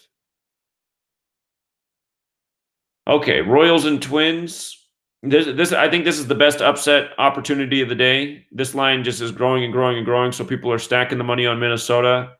Again, 23-date numerology. If the Royals win, they get that 23rd win. They give the Twins the 23rd loss, and the Royals stay at 23 away losses, and they would become 9 and 23, that prime number relationship. So you got the date numerology and the primes, and those have been two of our most consistent variables. We got the big upset with the Orioles over the Astros with the same type of riddle. So it's the same logic we went with last week on that one. Kansas City Royals equals 59, by the way. It's 59-date numerology. Could be their day. Sometimes when things line up with the team, you know, they fall on the number, but today things are in their favor. So only thing that I see that could go against the Royals is Keller. If he lost, he would be 3-9 on the 39 date. But remember, when you had that Orioles game with Cashman on the mound where they beat the Astros, he could have also become, I forget if he could become 3-8 or get his 38th loss, but Astros with 38, it didn't go that way. What's up, man? Hey, I just wanted to point out one thing with the Twins. So if they do lose, it'd be 21 and 11 home. That'd be like a 32 into production. 3-2, yeah, like the date numerology, yeah. Yeah, so I think I think you should just like keep looking at it. I mean, you don't have to use it every single time, but it seems to be in the overall in the home or away records, it's the most influential. Okay. Just want to point that out. Okay, appreciate it. Okay. So, yeah, he's just saying if the Twins lose, 21 in numerology is 3. 2 plus 1 is 3. And if they lose, 11 is 1 plus 1 is 2. So 3-2, also going with the date numerology. The Padres and the Rockies. Again, I like the Rockies to win 2 of the next 3 games remaining in this series. We had them yesterday with the 38 ritual. So there's another 38 potential narrative here. If the Rockies win 2 of the next 3, they get to 38 wins. And the Padres get to 38 losses. Again, Colorado equals 38. It's the 38th state. San Diego also equals 38. And notice if the Rockies win today, they stay at 32 losses on the 32 date, and they give the Padres their 17th away loss on the 59 date, 59 to 17th prime. And tomorrow, assuming the Rockies win today, I assume the Padres will win tomorrow, and then the Rockies will win the last game. because the last game's on a 61-date numerology. 61's the 18th prime, and the Padres could get that 18th away loss on that date. So I'm thinking that's the way it's going to go right now. We had the Rockies yesterday. I think they win again today. They lose tomorrow, and then they win it again in the final game to get to 38, because it makes too much sense for both teams to go out on 38 with both cities equaling 38.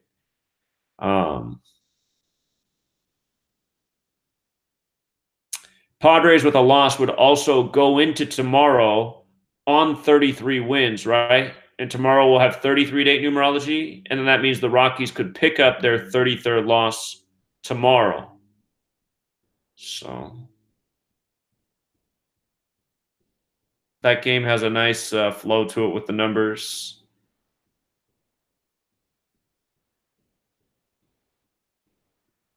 The Mariners and the Athletics.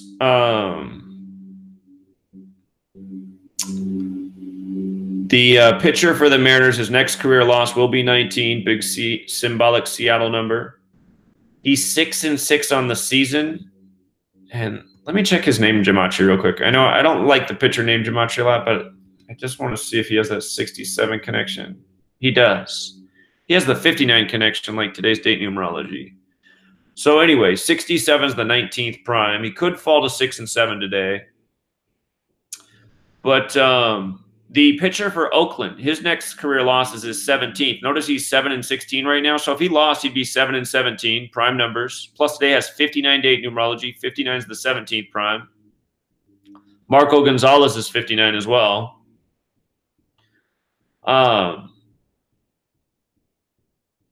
With regards to the 59 thing, Oakland Athletics equals 277. That's the 59th prime number. And the Mariners could get their 17th away win today. So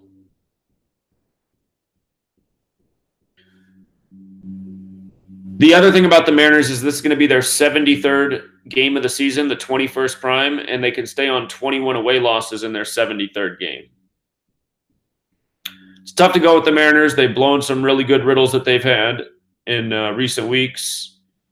But I know a caller earlier liked the Athletics today. I wouldn't be surprised if the Athletics win because, like I said, the Mariners blow their riddles even when they have them. But just looking at the numbers, it does look a little bit better for the Mariners to me today. So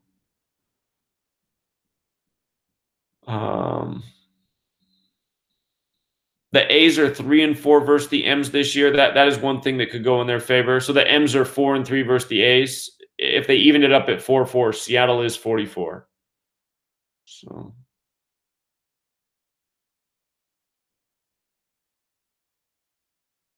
there's been 3 games played in Oakland. Technically, the A's have played 5 home games because the games in Japan at the start of the season counted as home games. But the A's are 3-0 in Oakland right now. If they did lose, they would be 3-1. Oakland does equal 31. So it's another thing.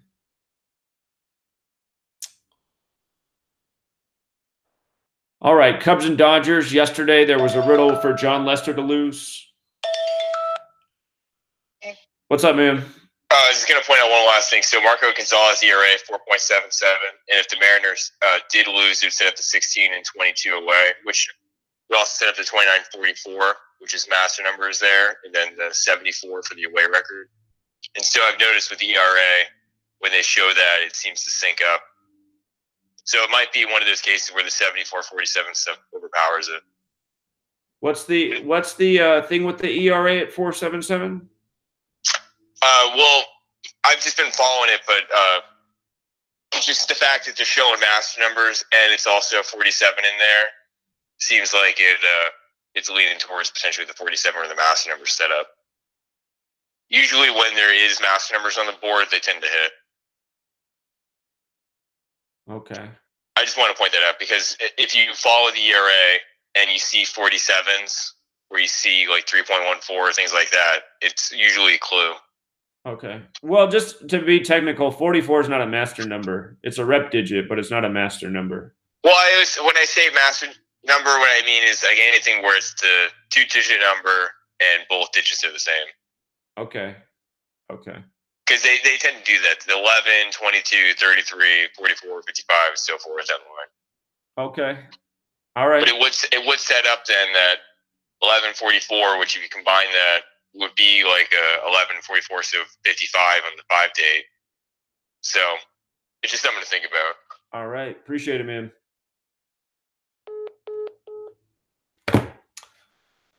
Okay. So, yeah, the Mariners, man, they just blown so many good riddles. But the date numerology and the opponent name is there for them to pick up that away win today.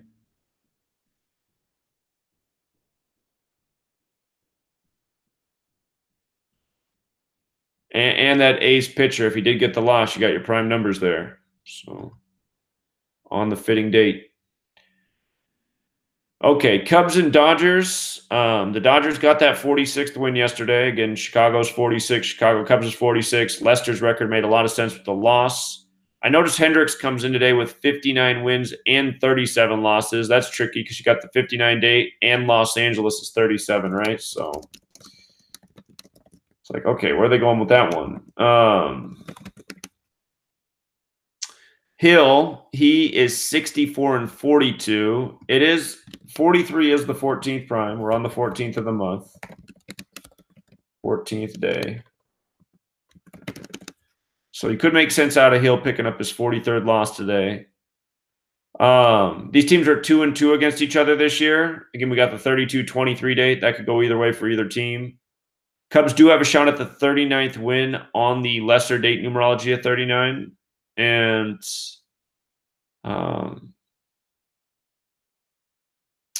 the Dodgers can also stay on 23 losses on the 23 date. I imagine if the Dodgers won today, they'd be in good shape to pick up that 24th loss tomorrow on the 24 date. Los Angeles Dodgers is 89, the 24th prime. So I'd probably wait on this game. The pitcher records, we don't have any great riddle like yesterday. Picking up the 43rd loss on the 14th is possible, but I've seen better pitcher riddles that didn't come through. So I think wait and see tomorrow. If the Dodgers win today, I think they'll probably go down in the next one. And Brewers and Giants. Brewers significant favorite on the road. The Giants got a prayer here. The Giants, what could go against them is picking up that 39th loss on the 39 date and keeping the Brewers. Well, the 39 could also go against the Brewers. They could stay on 39 wins on the lesser date numerology at 39.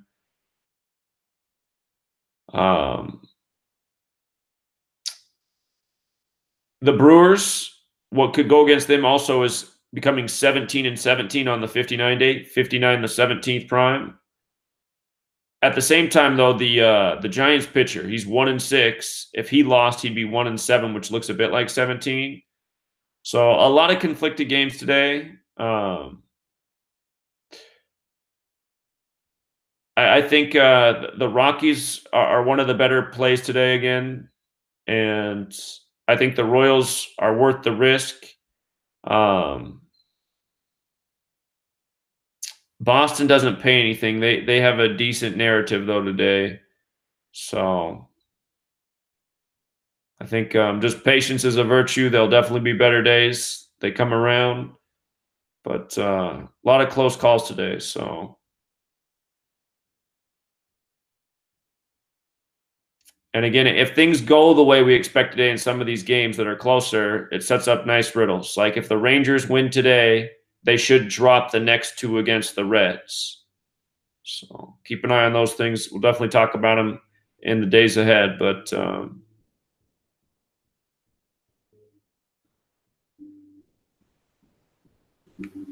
yeah, I think that's it. So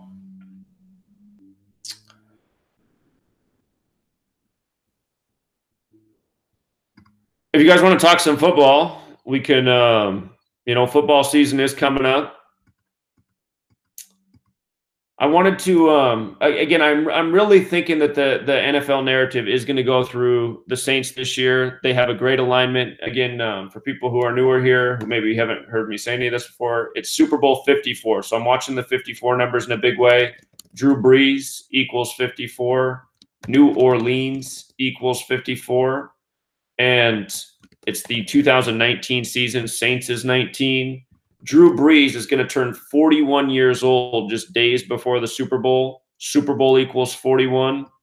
And just like Tom Brady, winning at age 41, Drew Brees, he's still playing well. So, I don't think he's going to fall off this year. His birthday is January 15th. He'll turn 41 that day. And February 2nd, 2020. Whoops, I got to have the right year up here. That's 18 days after his birthday, which means the Super Bowl's on his 19th day of his age. Caller? Yeah, hi, Zach. I just wanted to talk about the finals real quick. Yeah. There was a caller that called in on Monday, and he pointed out that the first team that would score or pass 73 would win the game. And Right. that did happen yesterday with Siakam. He scored the 74th point. I saw that, and it was 73 days from his birthday, too. Right, and get this, they put that it was an 11-foot jump shot. Isn't that strange how Klay Thompson, number 11, went out of the game? I think Klay Thompson, because I remember right after that, the Warriors hit a three and got to 73 points. It might have been Klay Thompson who hit that shot. Right, so, I mean, that was just kind of strange. And the other narrative that was going on, too, was Toronto was 3-0 in Oracle before last night's game. Now they're 4-0. And in the finals, they were 3-0. If you don't count the regular season game, so you had another 30 there with them going 3-0 in the finals.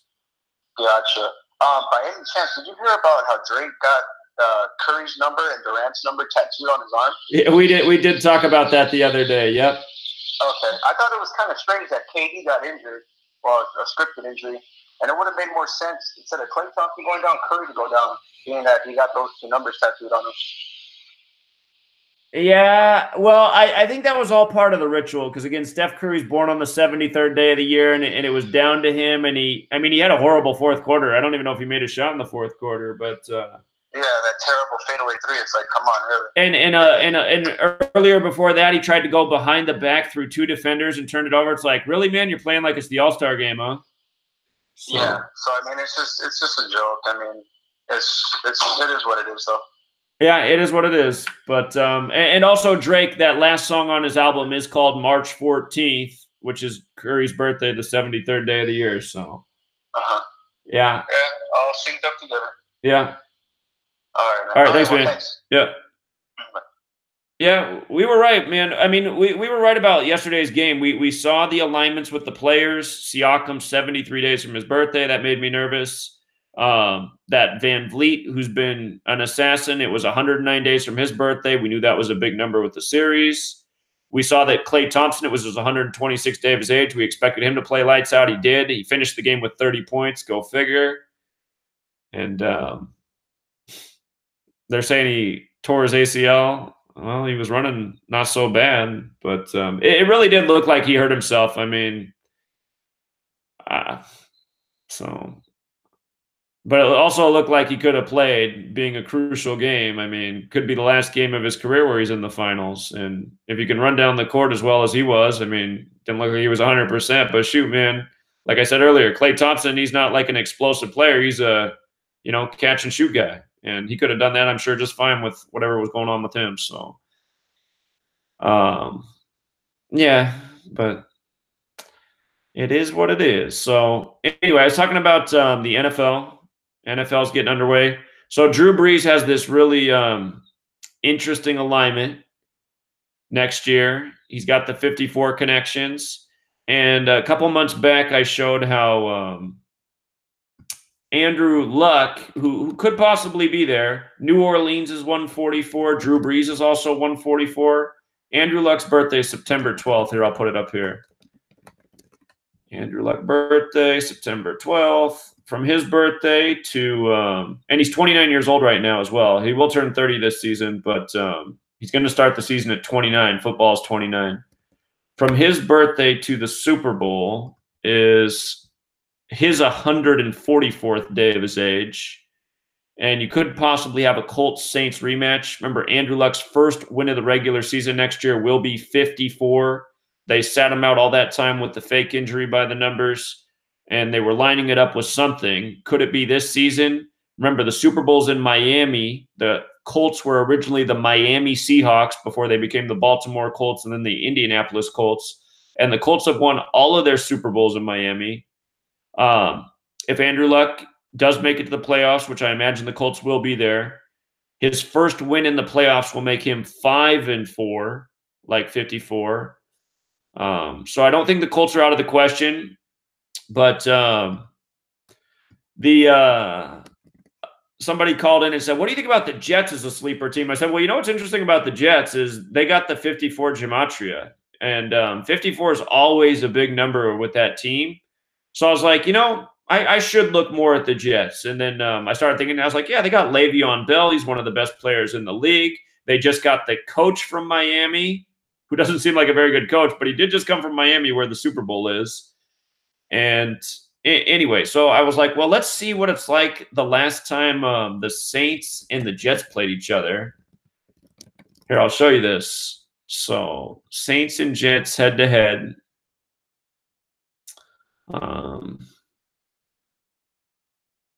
So if they met, the next meeting would be the 14th game. When you write out 14 as a word, it does equal 41, like Super Bowl's 41.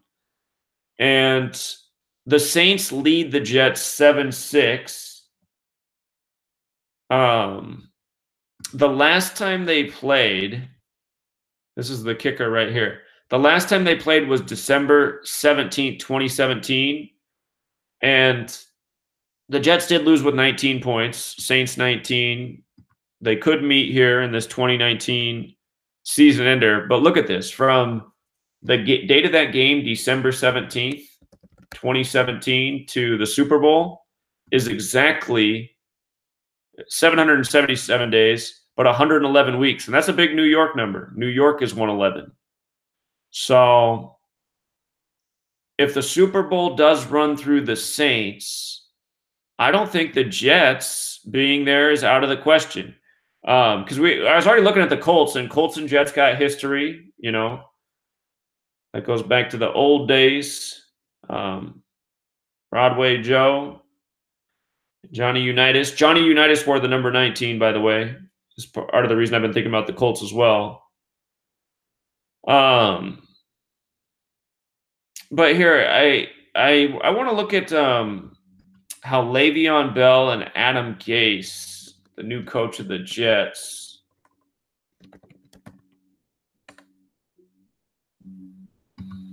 remember, Le'Veon Bell was all part of the ritual last year. Last year, he was 26 years old throughout the season. And I was pointing that out. I was like, okay, this year's all about, remember, the season began on the 26th date numerology. It was a giant 26 ritual in the first game.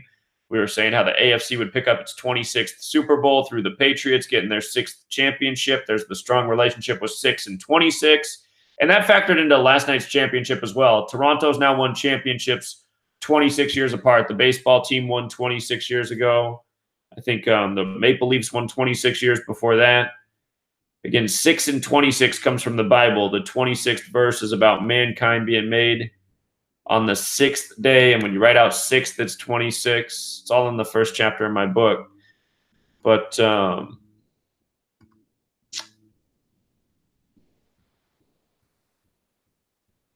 anyhow,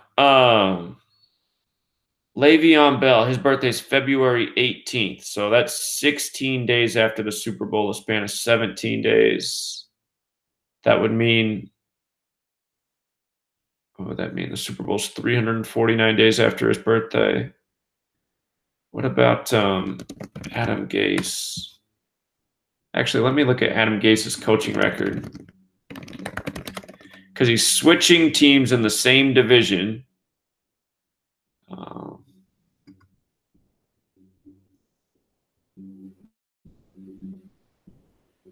So his next game coached is going to be his 54th game. That's interesting. No. What am I looking at here? Never mind. What is this stat?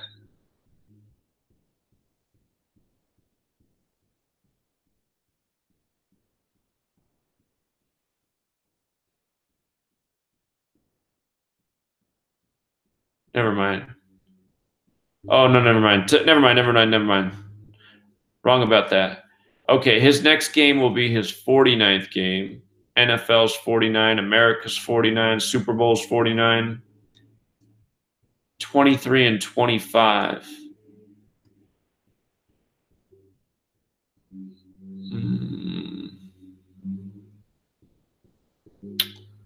So he'll have 64 games coached by the end of the season.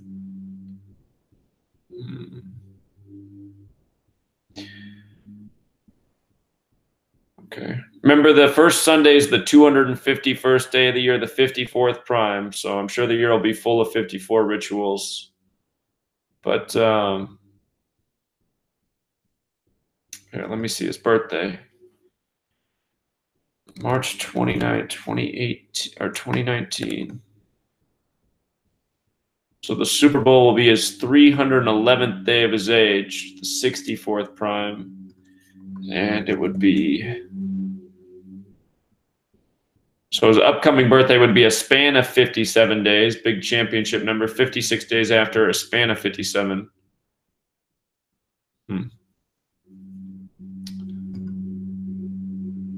But anyway, I'm going to go through. I'm going to go through and look at every single team in the NFL and see how they all map up with the Saints. If I'm wrong about the Saints, you know, obviously it'll be off. But the Saints got riddles, and when you think about just the way sports are, you know, the Saints go down to the Minnesota Miracle 2 seasons ago. Last year they get robbed on the call, at least the narrative. Of course, really they robbed themselves by not running the ball a few times and then kicking the field goal to win the game. But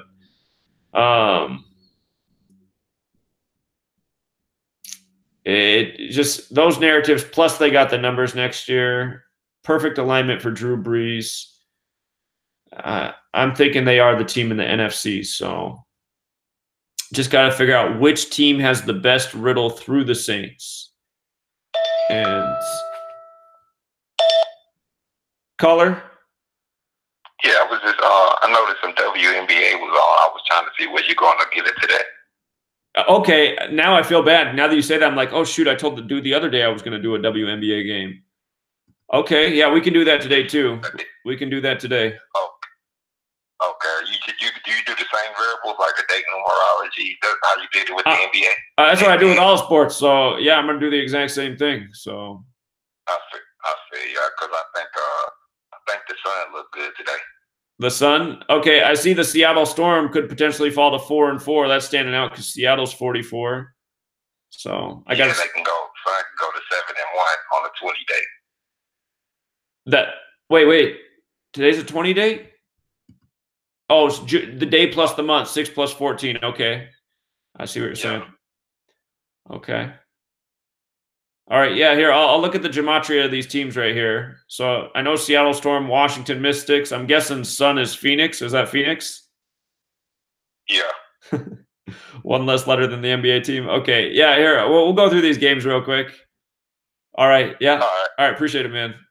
All right, let's do it. Let's see. Okay, so the Seattle Storm are 4-3, and they're playing the Washington Mystics. So we got this Washington thing going on, and I'm just seeing right away Seattle's 44. But here, I got to see what the other gematria is for these things. I don't know their numbers like I do other teams. Seattle Storm. Okay. Seattle Storm. So I got my numbers up here. Storm's 85 and 22 like basketball. Okay. 44 seems to be the number jumping out. The Mystics, make sure nothing in their record makes sense. Well, if you did the rule for S with Storm, it would be 31. So the Mystics could fall to 3-1 at home versus the Storm. Let me see. They are the Washington Mystics, right? That's their name, yeah. All right, Washington Mystics. Okay.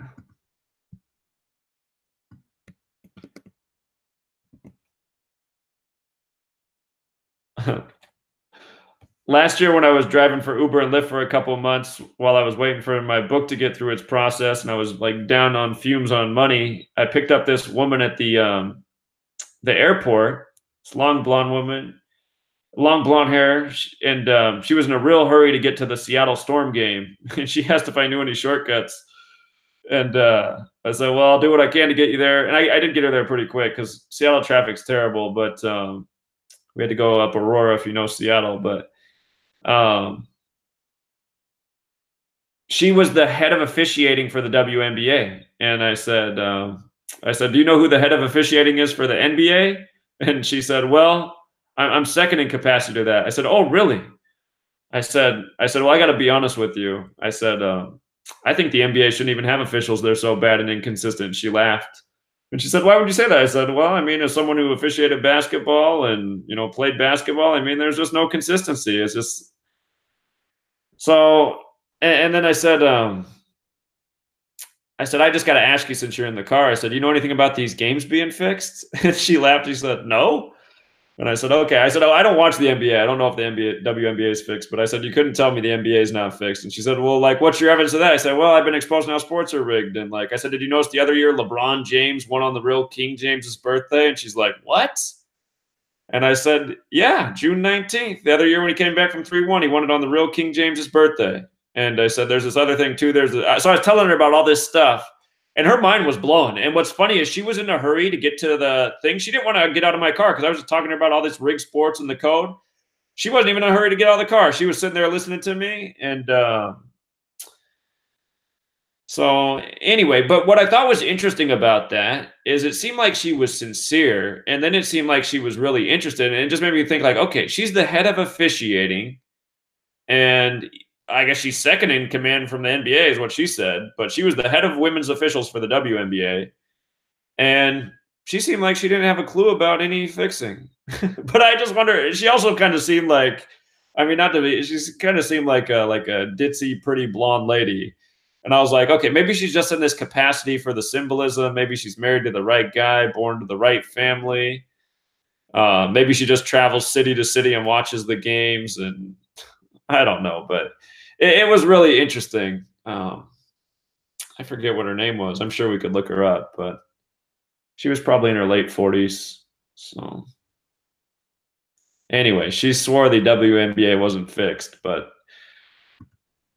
all right, let's see. I just had to share that story. Washington Mystics. Washington. So if they could win 2 more at home, they could get to 5-0. That number has some symbolism. Washington Mystics. I wonder if there's Washington Mystics, Seattle Storm head-to-head all-time.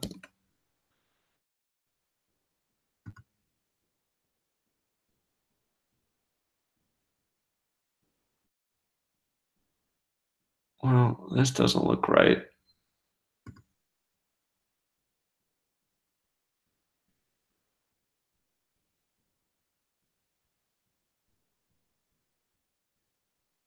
So the Storm, I know that Seattle Storm team dominates.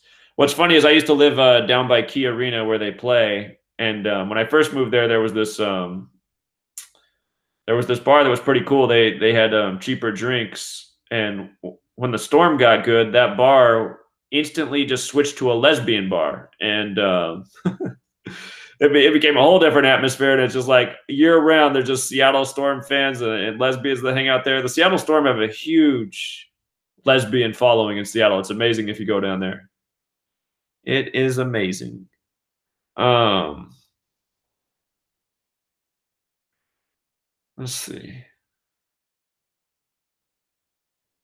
Is this what the championship was last year? Was it these teams? 2018 WNBA championship.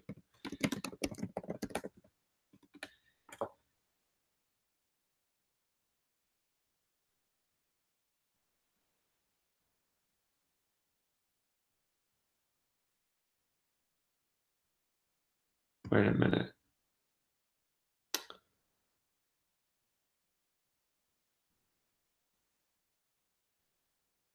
I thought I just read an article about how the Storm won. All right, so this is the 23rd season. The Seattle Storm are the defending champions. Okay. Where can I get some information on last year's championship? Oh, I got the wrong year in there.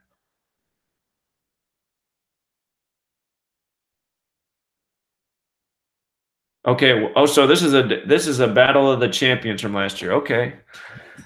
All right, let's see.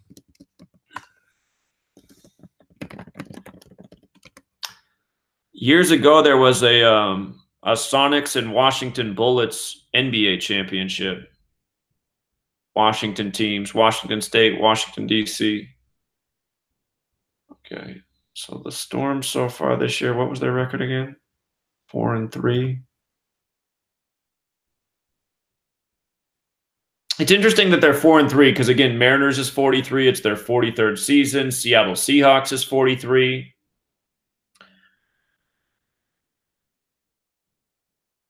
Let me see. 4-3, 1, 2, 3, 4, 5, 6, 7. So this was the first game. So the Storm came out, one was 77 points.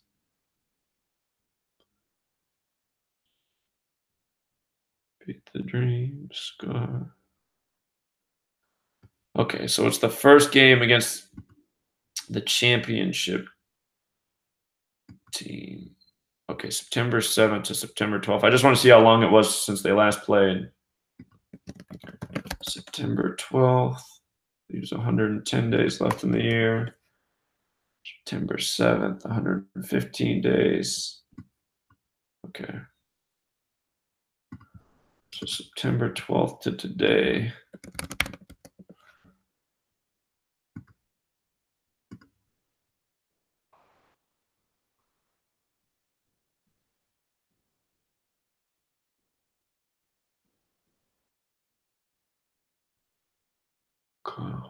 Oh, whoops, I got the wrong year. 2018. 200 and... Okay, that's not a great clue. Washington Mystics. Washington Mystics.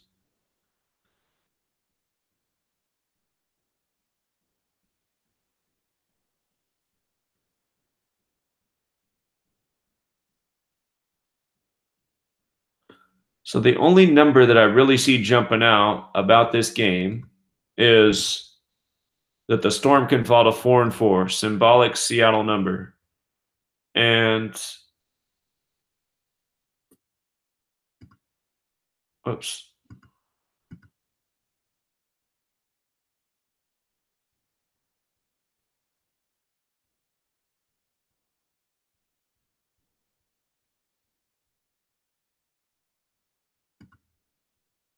Guess we can see who the Mystics, both these teams play next. So the Storm play, is that what they're called? Phoenix Sun?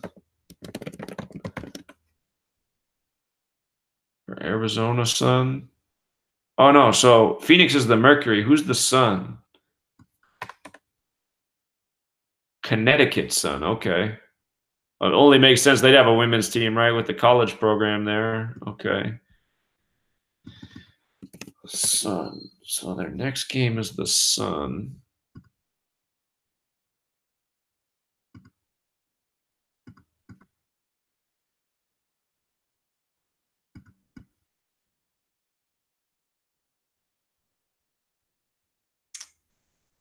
Connecticut Sun. If the Storm split their next two games, like if they lose today and become 4-4, then against the Sun they could become 5-4. That would make some sense.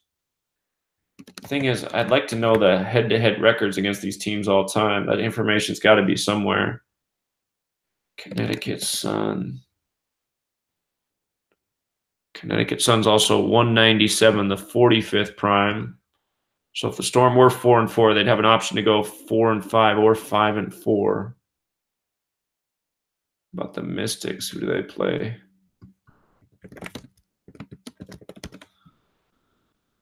The Mystics got the Sparks next. Is that Los Angeles? Is it the Los Angeles Sparks?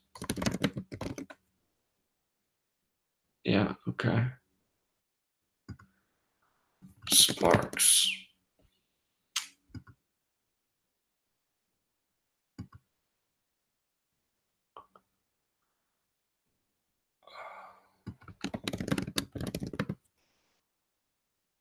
Los Angeles Sparks is 239, the 52nd prime. It's also 193, the 44th prime.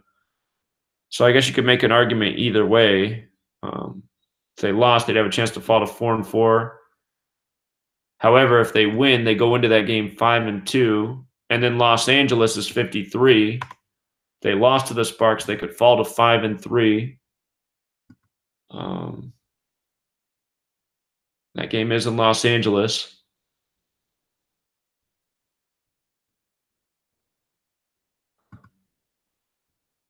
So again, just for this immediate matchup, Seattle falling to 4-4 makes the most sense to me. That's the thing that jumps out the most.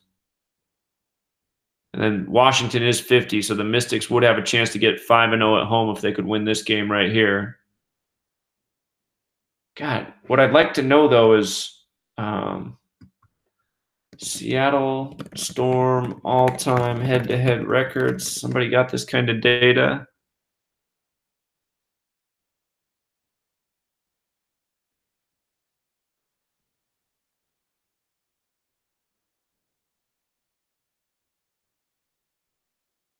Okay, Seattle Storm basketball reference.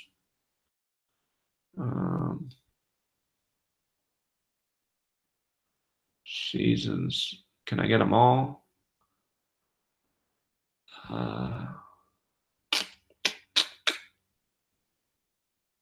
Teams.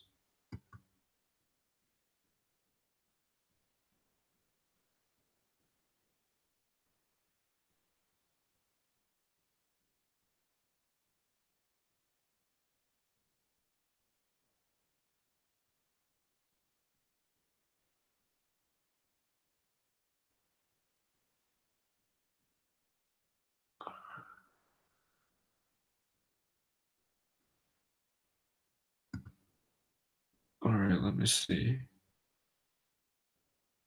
There's got to be.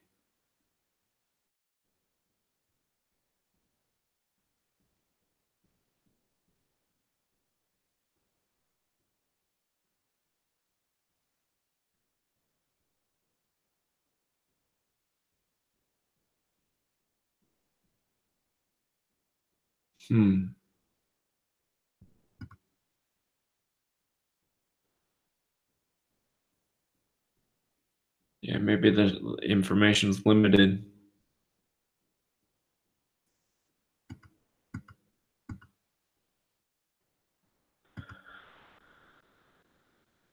Yeah, maybe they don't track this kind of stuff for the WNBA. WNBA team head-to-head records.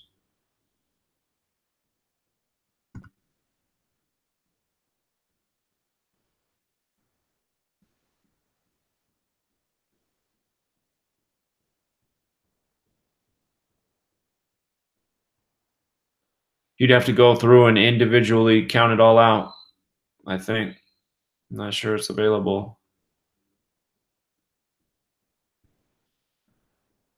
But it would be helpful. Okay.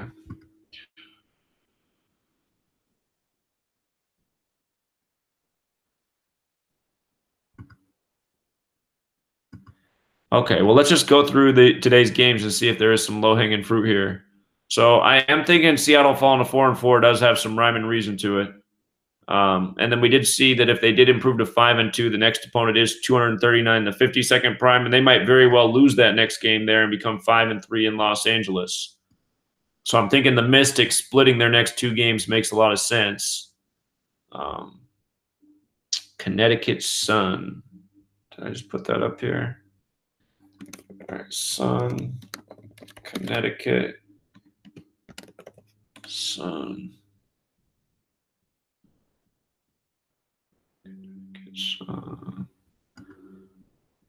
Okay. So Connecticut's 127, the 31st prime if they became 3-1 away. This game's in Minnesota. Make sure none of these numbers link up.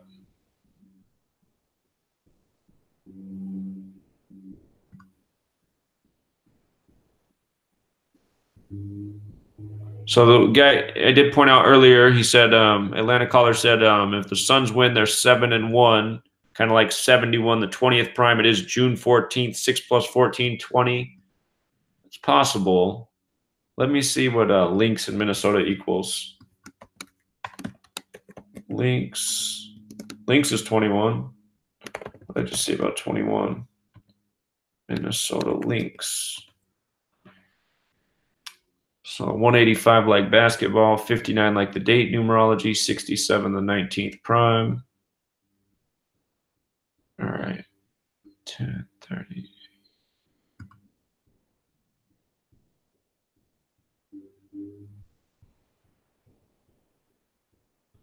Who did the Lynx play next? Because, like, if I would have probably been looking at that last Lynx game, I'd probably be thinking they had a chance to become 5-2, but they're 4-3 just because Minnesota and 52.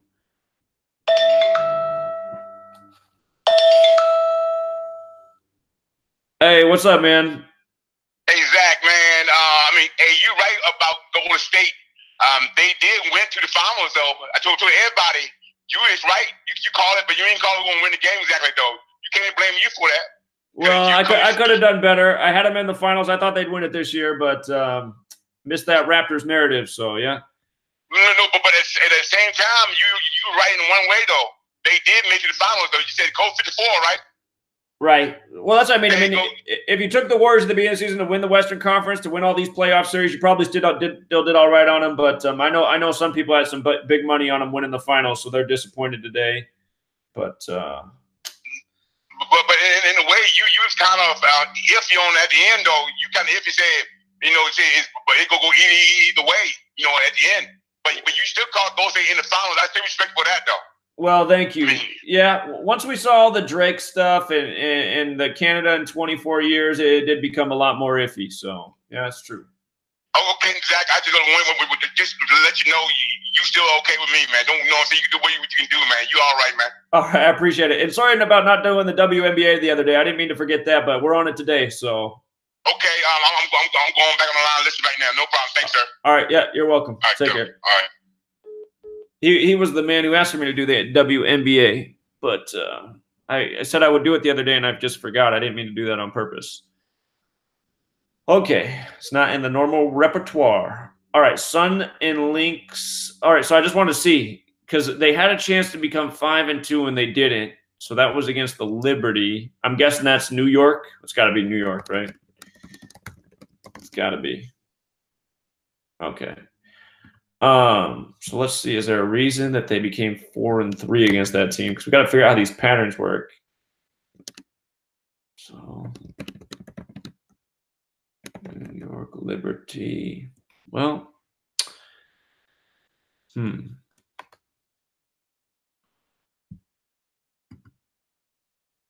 what did the Liberty's record become? I guess that's the question. 2019, maybe they became 5-2. Nope. Oh no. They became 2-4. They've won 2 in a row.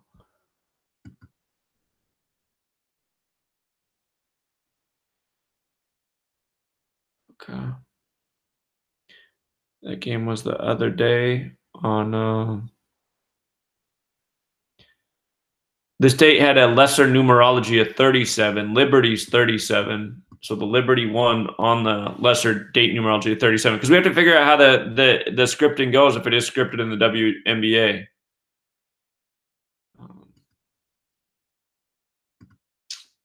Here, let's we should go back and look. 1, 2, 3, 4, 5, 6, 7.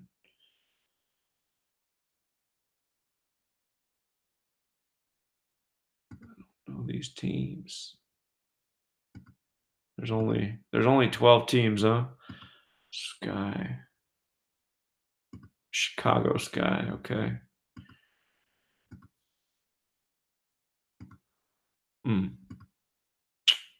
I got so many windows open. Which one do I want here?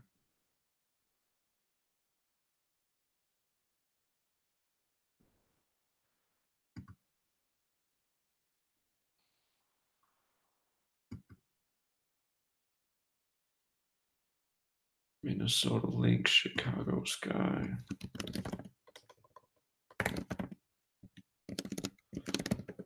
Chicago Sky, okay. Those guys, 52.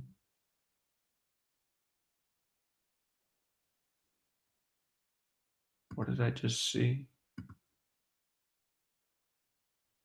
So the Liberty beat the Lynx in their last game was 75 points, and Lynx does equal 75.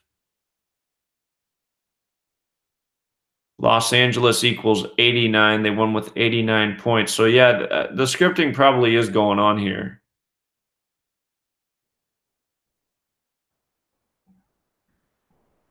Okay. 30, 49, 69. Yeah, knowing the all-time records against the teams could probably be really helpful.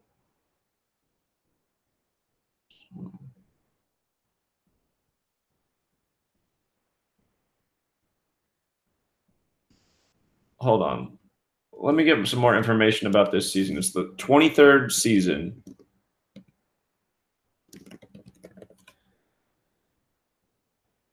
And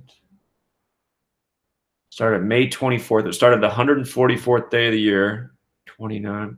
Start on date was 68 numerology, basketball 68. It goes to September 8th. All right, 17, 36, 56.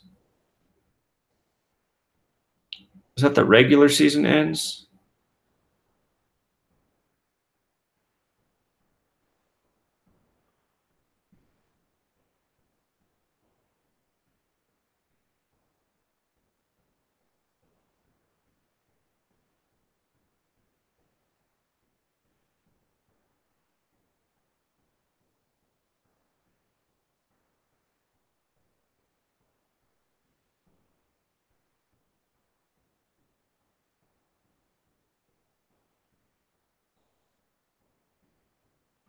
'23rd season. Here, you know what? Real quick, we could just punch in all the team names. Let's just do it real fast and just see if there's any 23 connections. Maybe we can figure it out. There's so few teams, so whoops, that's not what I want. All right, I'm going to zero this out.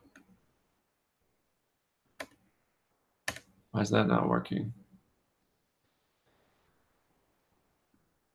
Let's try this again. All right. Okay. Dallas Wings.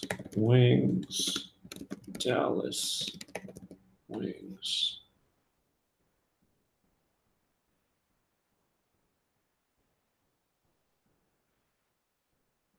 Okay. Las Vegas Aces.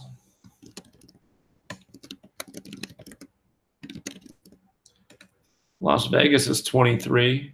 They're not off to a great start. Well, they're okay. They're 2-3. It's not the end of the world. So the Aces are 23 and they're 2-3 to start the season. I'm sure there's actually something to that. It's the 23rd season for them. Maybe their road and conference records or road and home records will end up being 2-3 too.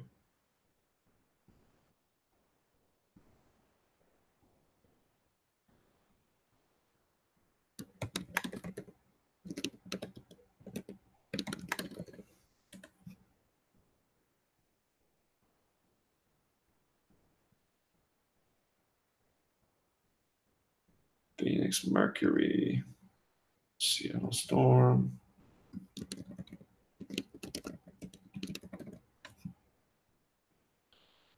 All right, so far, Only the Las Vegas Aces have the 23 connection.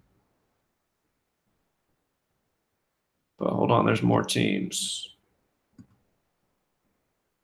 Minnesota Lynx.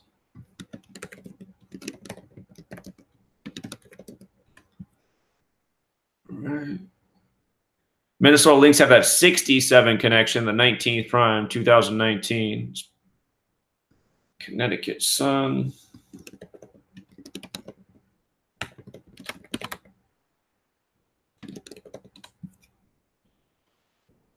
Okay. Sparks.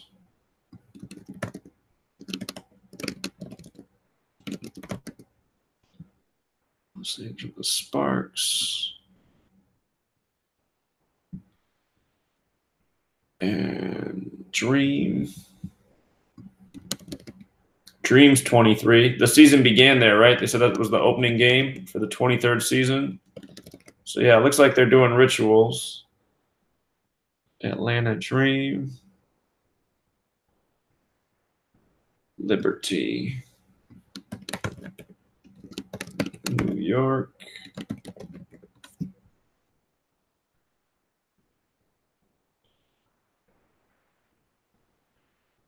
Okay. Fever. Indiana. Fever. All right, Chicago Sky. Chicago Sky.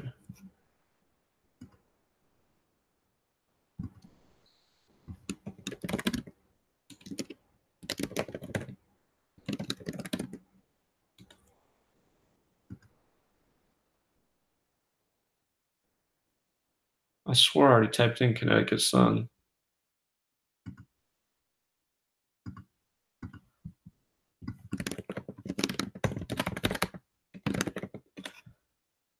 Okay, so there should be 12 teams here. I think I got them all. Whoops. Okay. So 1 team, 2 teams, 3 teams, 4 teams, 5, 6, 7, 8, 9, 10, 11, 12. Okay, so all 12 teams are here. So I'm just scanning for 23 again. It's the 23rd season.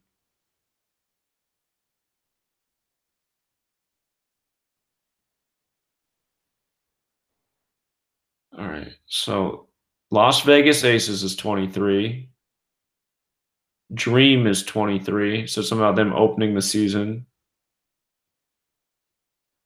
And 83 is the 23rd prime. Let me just make sure there wasn't an 83 up here.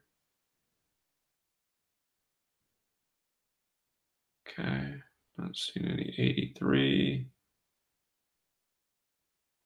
Not seeing it. Okay. About this row.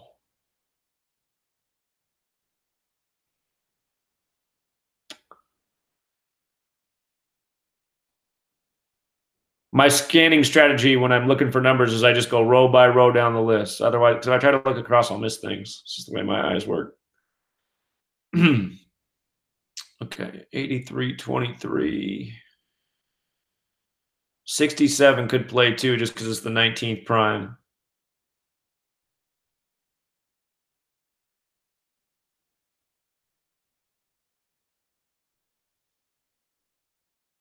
All right. Well, it looks like there's just 2 23 teams, the Dream in Vegas, and 67. How many 67s were there?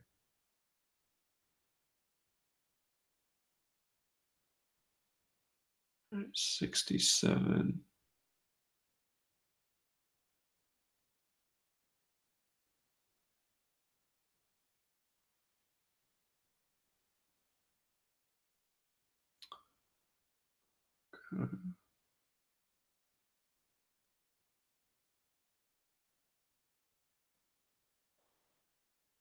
Okay, 67.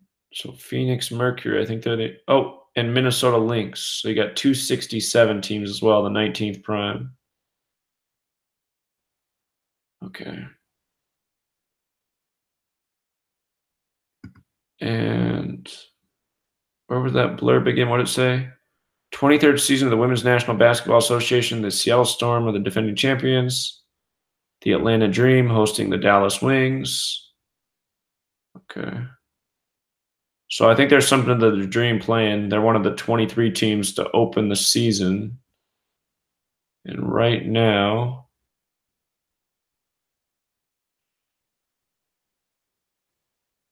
they're struggling 1-4. I got to think their next home game, they're going to get 2-3. I got to think that's going to happen.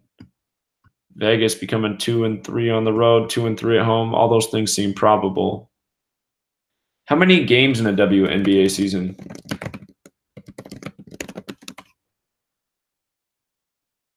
Can I get that question answered? 34. 34. What's up with that? There's got to be something with that.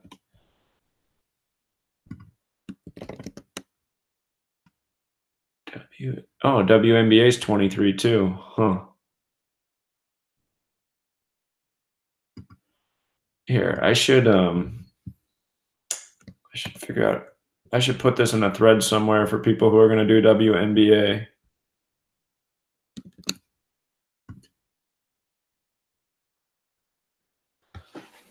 Okay. I'm thinking there's going to be a lot of 23 rituals. So let's see. The New York Liberty 2-3 Fever could do it. Did the Dream play that? Are the Dream playing today? Nope.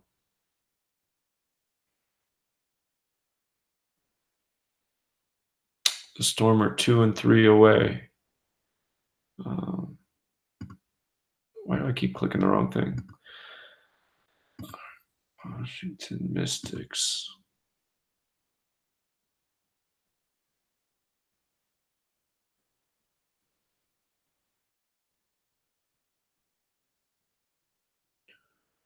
Seattle Storm.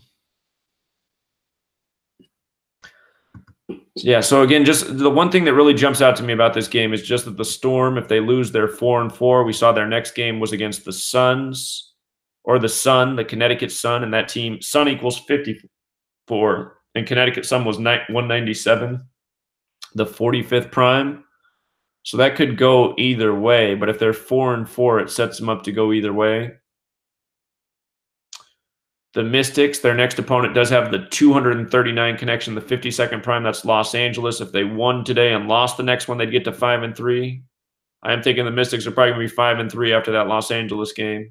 Again, if they do win today, they're 4-0 and have a chance to become 5-0 at home. Washington's 50. All right, so Connecticut Sun and Minnesota Lynx. Minnesota's at home. Connecticut. 81, the 42nd prime. Was there a 42? No. The one thing about being at 6 wins going into Minnesota is when you write out 6 as a word, it equals 52 like Minnesota. Minneapolis is also 62. So is Connecticut. So that's actually what I see in this game. I think this, I mean, we've never done the WNBA before, so this is all theory. But my assumption would be that they would fall to 6-2 because Connecticut's 62 and so is Minneapolis, the city they play in. To me, that makes a little bit more sense. I do hear the 71 and with the sort of 20-date numerology adding the day and month, but I'm not crazy about just adding the day and the month. So the 62, I know that's a big number there in Minneapolis. Where's the Lynx at here? Minnesota Lynx.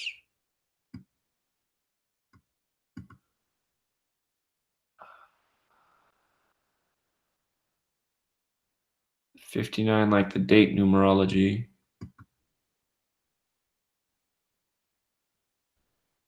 Who do they play next?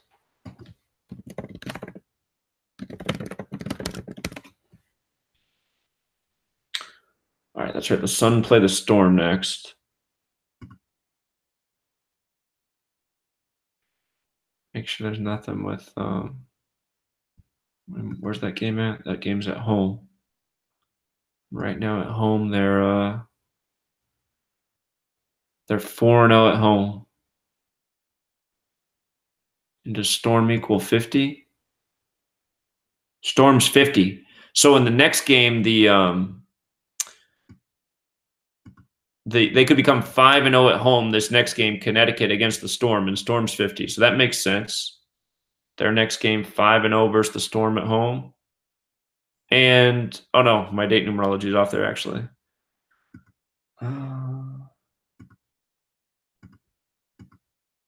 So yeah, I mean, I wouldn't bet any WNBA games today, but we can watch. And if riddles do follow what we'd expect, yeah, we can probably start doing these WNBA games. It might even be really easy. There's only so many teams. But like I said, just already looking at like how the Minnesota team didn't become 5-2, you know, I probably would have been assuming that was going to happen, just being a game away from it. So.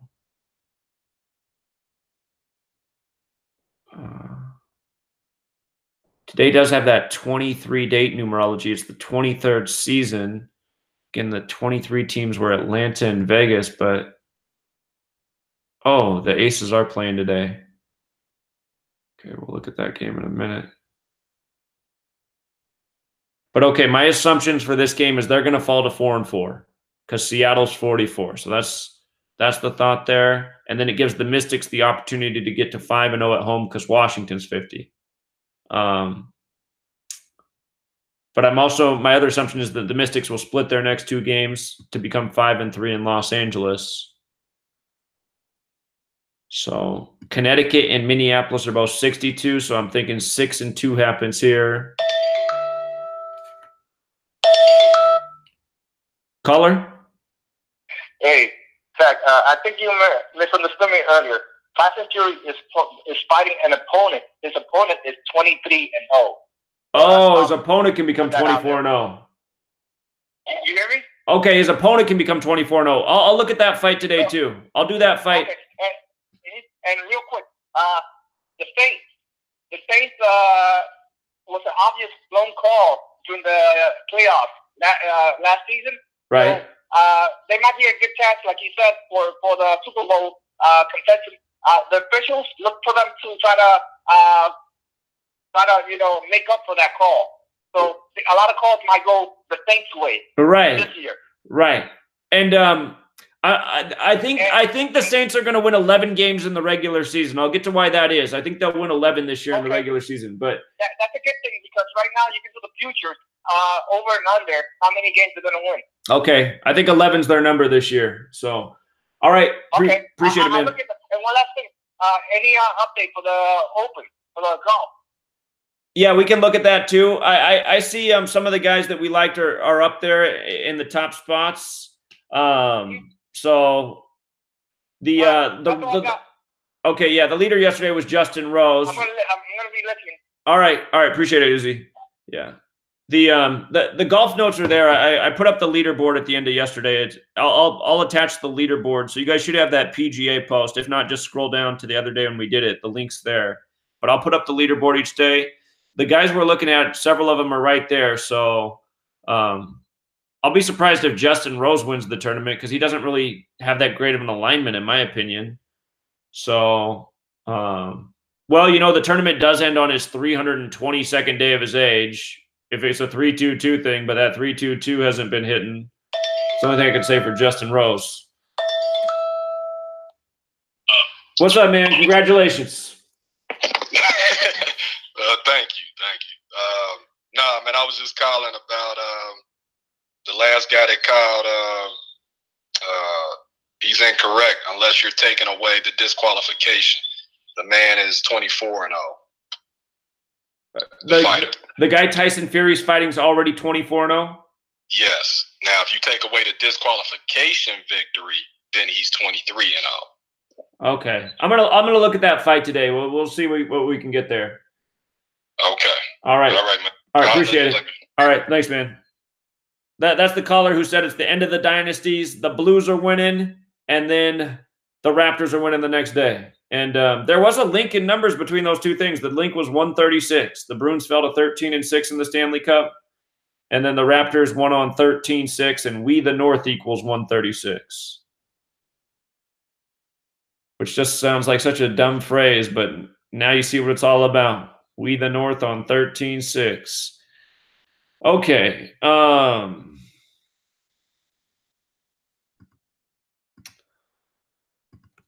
me see here. Okay, so where was I in my WNBA thoughts? All right, let me make sure there's nothing with those home and away records that I'm missing. Son. For people tuning in, I've never done the WNBA before, but just looking at it, I'm seeing that, the same type of riddles are going on. So 23rd NBA season, we got 23 teams. We got a 23 date numerology.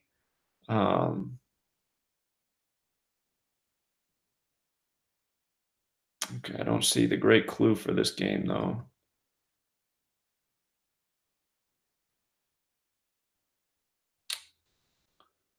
The Lynx could go 2-1 in their next 3 games at home. They could get to 5-2. They could get a Minnesota 52 tribute there.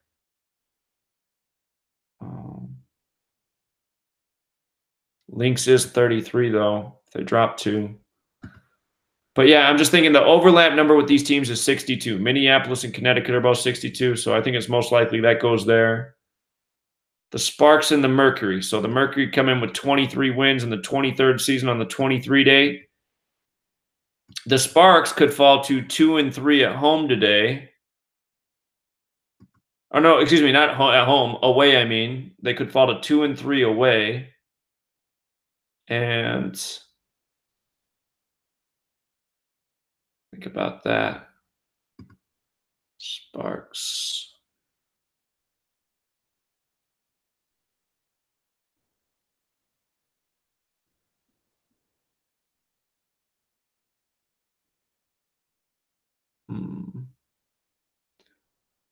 Sparks. What's their season record? I guess you know what, we have we do have 32 date numerology as well. I'm just thinking it's the 23rd WNBA season, so maybe that 23 plays a little bit more. But if the Sparks did win, they would become 3-2 away on the 32 date, and they would get to 4-2, and Sparks does equal 42. So that's tricky. What about the other team? The Mercury. Phoenix Mercury.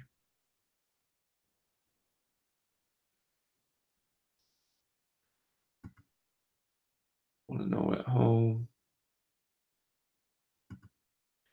They're playing down on the 33rd parallel. If they won today, they'd be 3-3.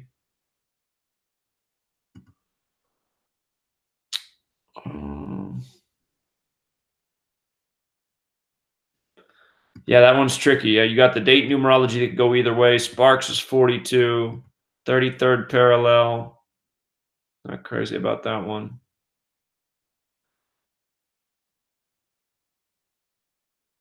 Here we can see who they play next.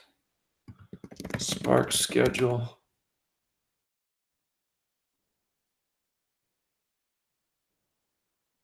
Sparks play the Liberty, and then they got the Mystics. Got a bunch of games here crammed in. So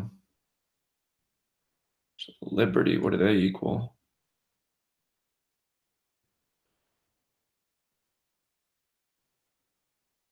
$33. So if the Sparks lost, they'd be 3-3 going into that Liberty game. Liberty's 33.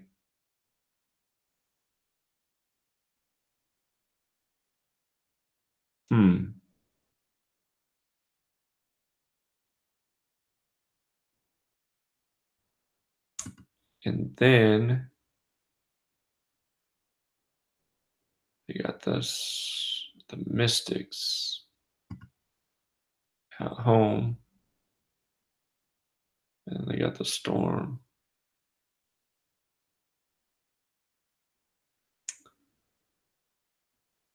Seattle.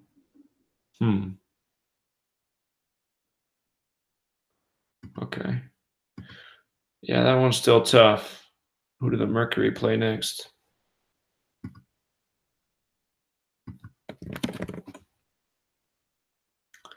The Wings. What are they? Dallas Wings. Okay, so they play they're 2-3.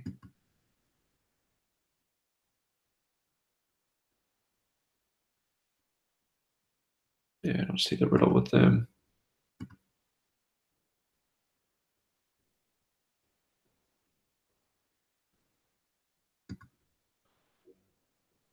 Okay, yeah, that one's just gonna be tricky.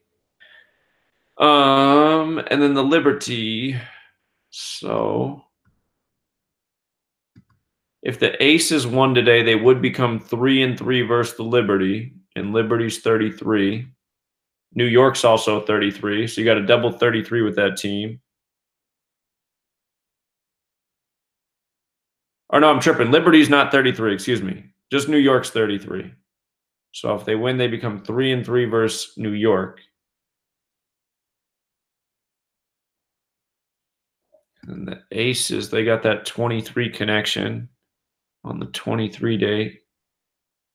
Las Vegas Aces is also 33. So both teams have the 33 connection. So Aces can get to 3-3. That would make some sense. And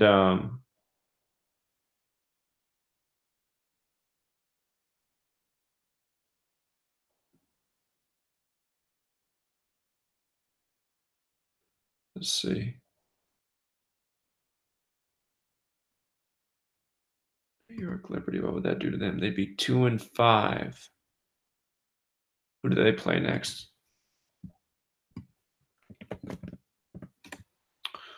The Liberty schedule. They got the Sparks next.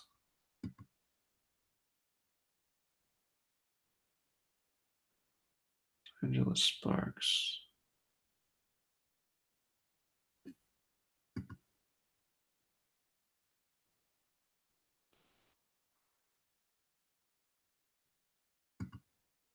Game was at LA.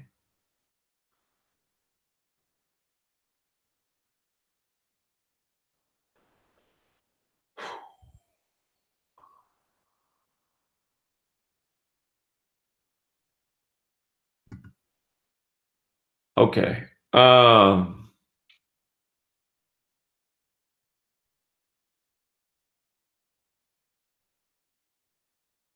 I'm thinking because they have the overlap with 33. That makes the most sense for this game. Who do they play next? Then they got the Minnesota Lynx.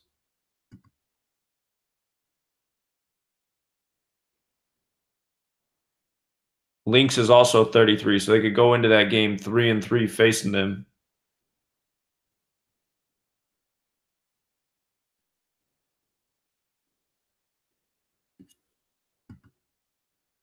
Okay, that's tough. But yeah, I do like them getting to 3-3. You got the overlap with both teams, the next opponents. So that makes sense to me.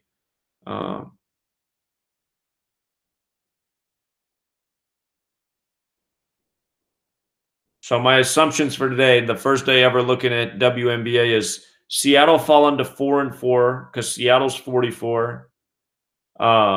Mystics with a win, they keep the chance alive to get to 5-0 at home because Washington's 50. The next opponent they face has Gematria of 239, the 52nd prime, so they could go in there 5-2. That game's Los Angeles. Los Angeles also 53. They could lose there. Again, 6-2 because Connecticut and Minneapolis are 62.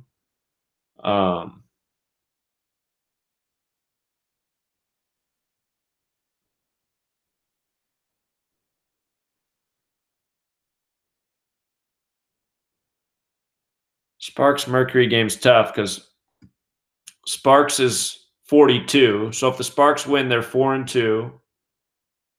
And if they lose, or if they win, they're also 3-2 away, 32 date numerology.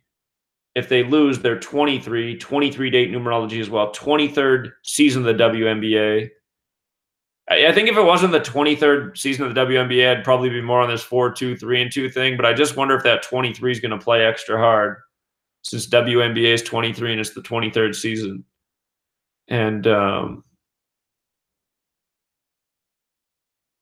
again, the overlap number here is 33. So if it's anything like the NBA, anytime you can get that overlap number, it almost always comes through. Play at Mandalay Bay, huh? That's funny. Okay. So those are the WNBA assumptions. We'll see what happens. See if there's anything in the Fever and the Wings game yesterday. Fever.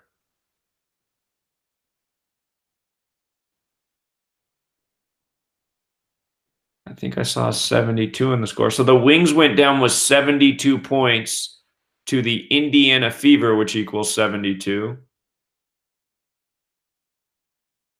Okay.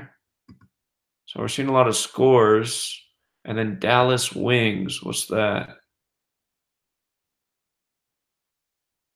Oh, Wings is 72 as well. So you had the overlap number there, and then that showed up in the score. Dallas Wings.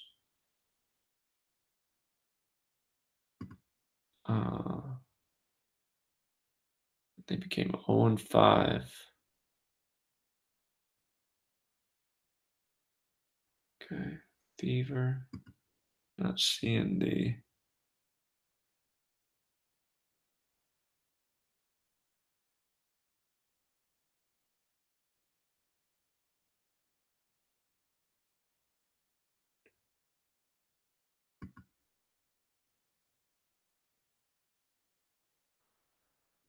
Just trying to make sense of their record to see if there's anything that goes with it right now. If they win 2 more games, they could be 6-3. Let's just see who do they play next. Indiana Fever. So they play the Chicago Sky tomorrow, and then the Atlanta Dream. Chicago Sky. 52 like Indiana.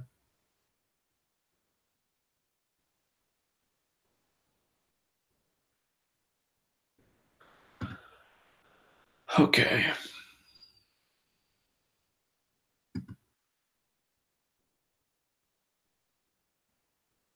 Again, Lynx is 75. They won with 75 in that game.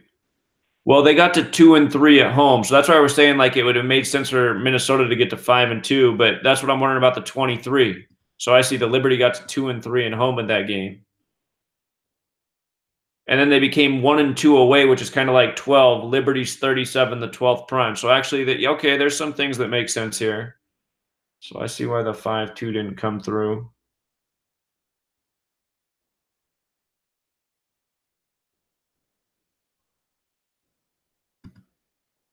Okay.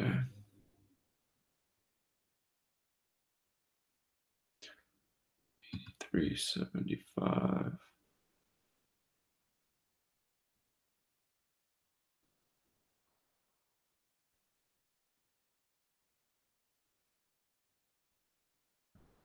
$83, the 23rd prime.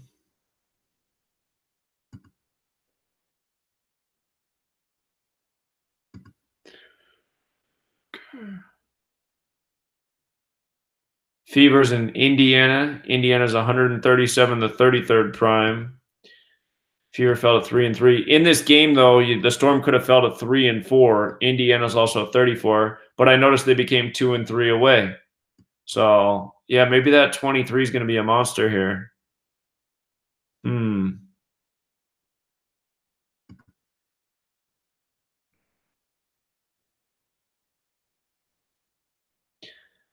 The Aces became 2-3. Remember Las Vegas Aces, and they did that on the 9th. 23, the 9th prime. Okay.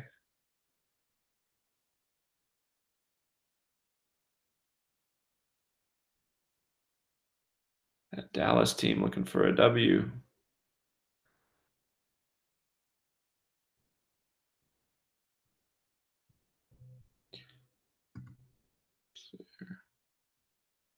Los Angeles got the 89 connection. Basketball 85.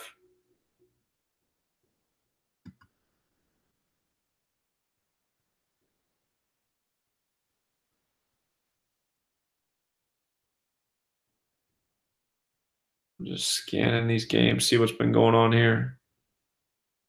Aces.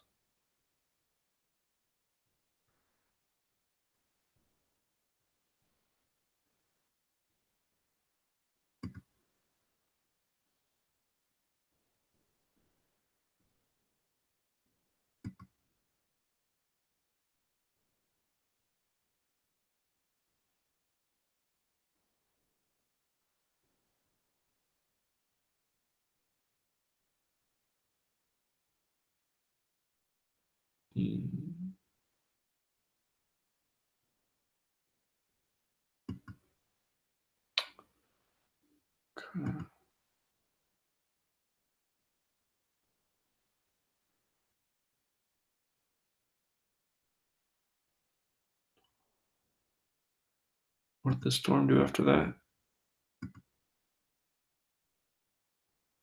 3-2. 13. This was a date with lesser numerology at 32. They got to 3-2 that day. 11:30.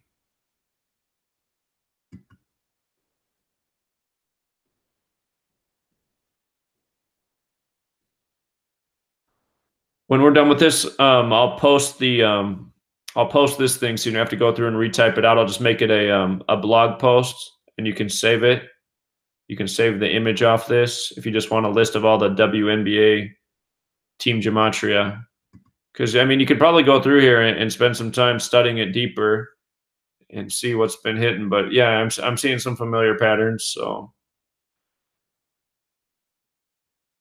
Storm got to 2-2. Storm is 22, isn't it? Basketball's 22. So, yeah.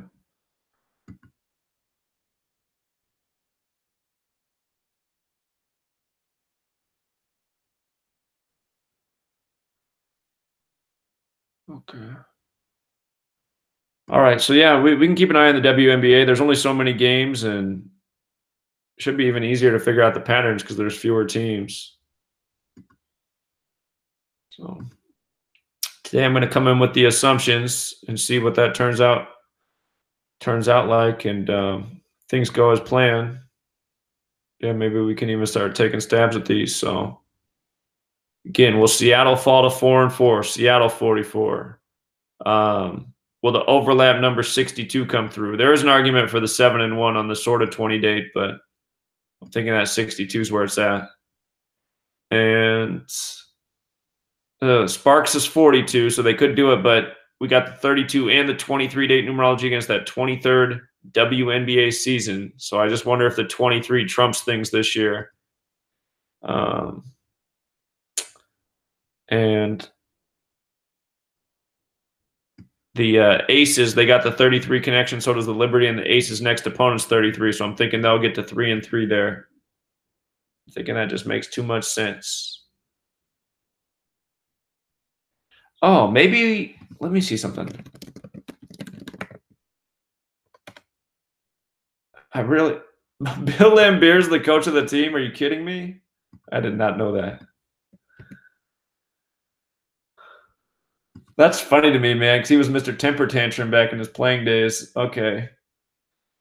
Bill Lambier. Let me see.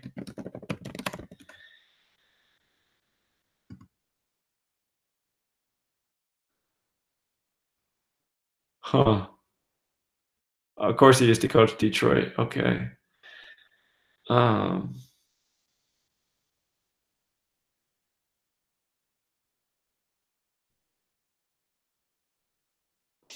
Coach of the year. That's funny. Okay. Yeah, I don't know if they have more specific breakdowns because record versus certain teams and stuff. I think they're not tracking it as much for the WNBA. It doesn't look like there's as many options. Okay, let's also look at the boxing fight. Let's look at the boxing match here. Tyson Fury versus somebody. I remember the last Tyson Fury fight, if I'm not mistaken, was a no decision. Okay, Tyson Fury fight.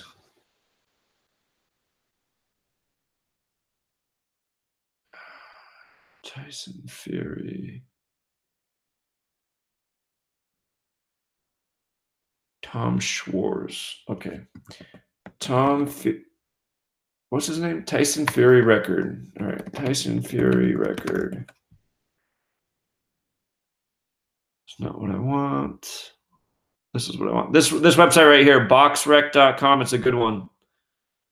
All right. So he's 27-0 in a draw. Hasn't lost yet. Okay.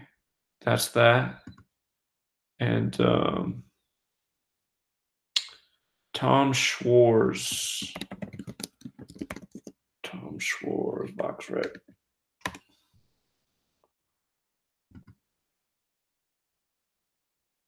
So he's 24-0 coming in on this 24-date numerology. And remember, Tyson's 24. So what happens in his 25th fight? And so neither guy has ever lost. All right, so let's put this together here. His birthday is May 29th. And Tyson Fury's birthday is August 12th. Is that right?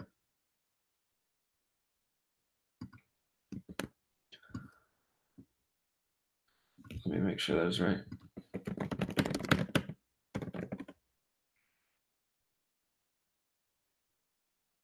August 12th. Tom Schwartz. May 29th. Okay. He's 25 years old, his 25th fight. He looks like he could be in better shape. All right, let me see here. I'm going to put this in a blog post so we can post it later. Hold on, I don't want that blog. I want this blog.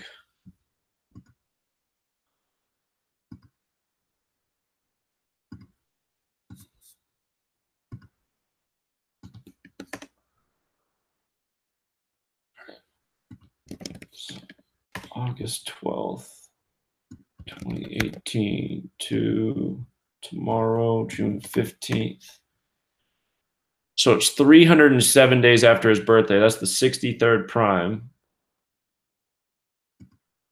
See if that ends up mattering.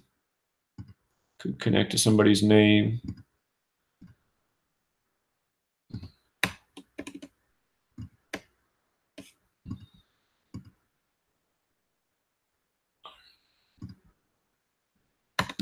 The fight is 307 days. How old is he? After his 30th birthday. His upcoming birthday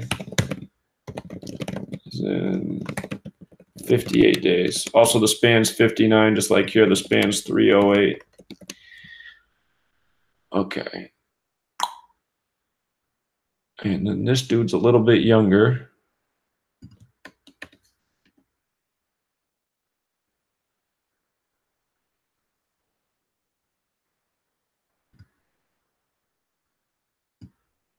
All right, so May 29th, 2019.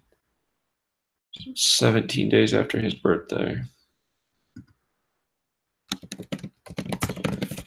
Span of 18.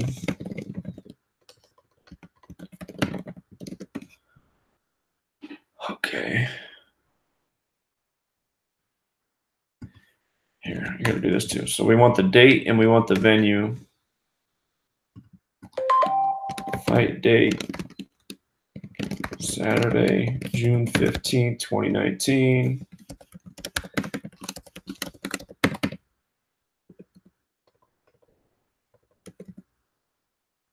Wait, 2160.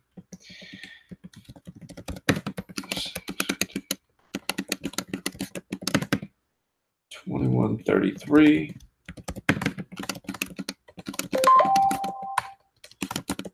12, 17, 18, 24. 40, 21. All right, where's this fight at? June 15, 2019, Tyson Fury boxing location.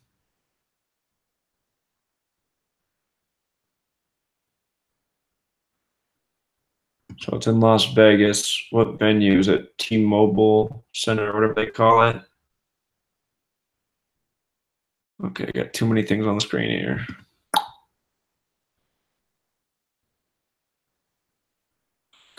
All right, the MGM Grand Hotel. Wait.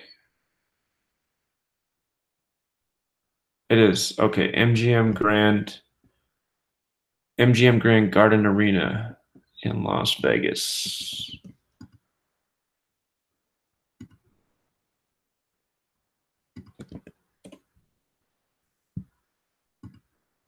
All right, well, let me just start there. Las Vegas, Nevada. Las Vegas, Nevada. Not sure about that big long name.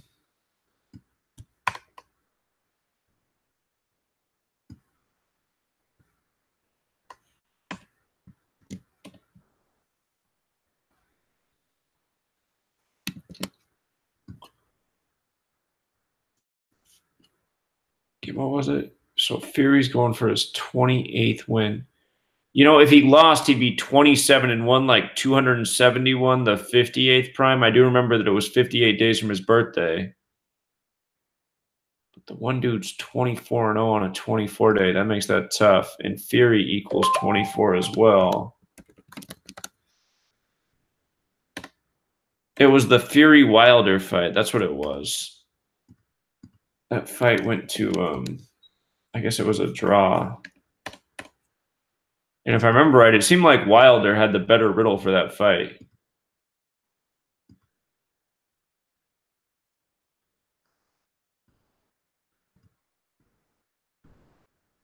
Okay.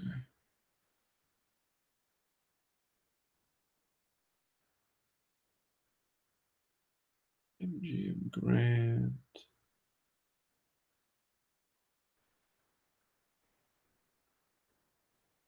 All right. So it's 17 days after his birthday. His next knockout is 17. So that's important.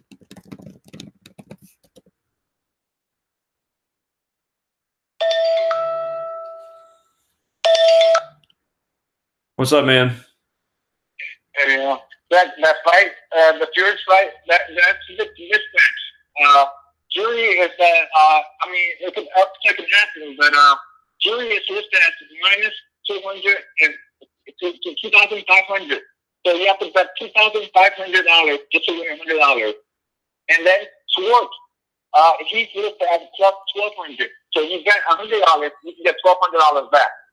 Okay. So it's a big mismatch. I was watching some reporters, boxing expert. They described Schwartz as a shiny, brand new car, and when you open the hood, there's no engine. Huh. Funny. But that's all I got. All right, so huge odds again, just like that last fight. Then. Well, this fight is the odds are bigger. I mean, it can happen, but a lot bigger than last time. Sure. So highly unlikely. Okay, so we're looking to see if there's an angle for the upset here. All right. Appreciate it, Izzy. Yeah. All right. Thanks, man. Okay. So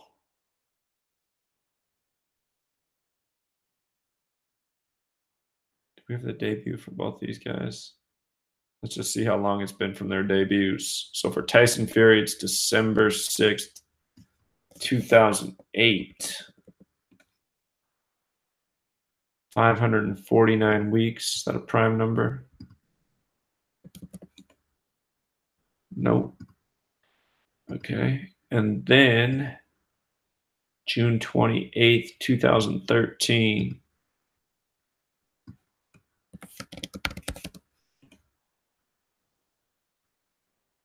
$311 weeks in one day, span of 2,179 days. 2179 is the 327th prime. I got to get their name gematria. Okay. Too many things open here. All right. Is this guy's full name? Let's get his full name out here. Tom Schwarz. German. Tom Schwarz.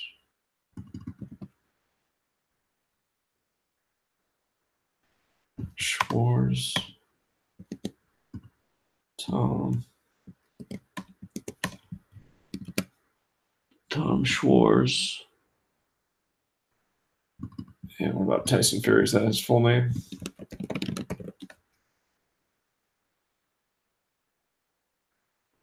Tyson Luke Fury.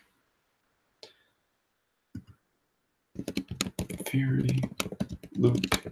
Tyson Fury. Luke. Okay.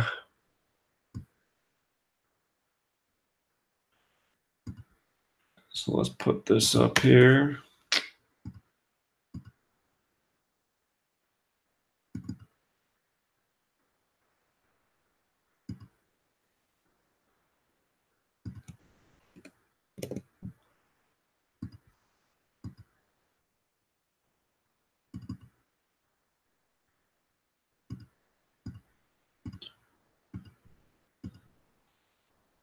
All right.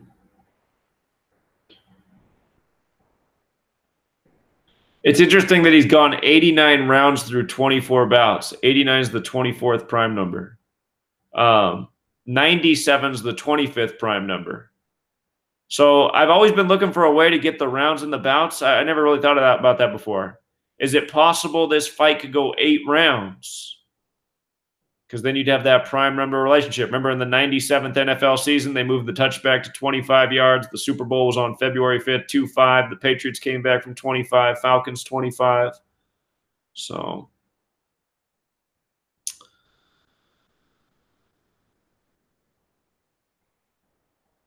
I wonder what a bet on Tom Schwarz to win in the 8th round would pay. That'd probably pay $1 million.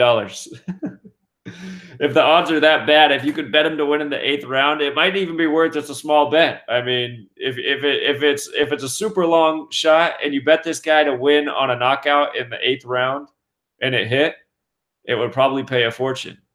So it might be worth the risk. It is very interesting how this is lined up. 89 rounds, 24 bouts. 97-25, seen it before.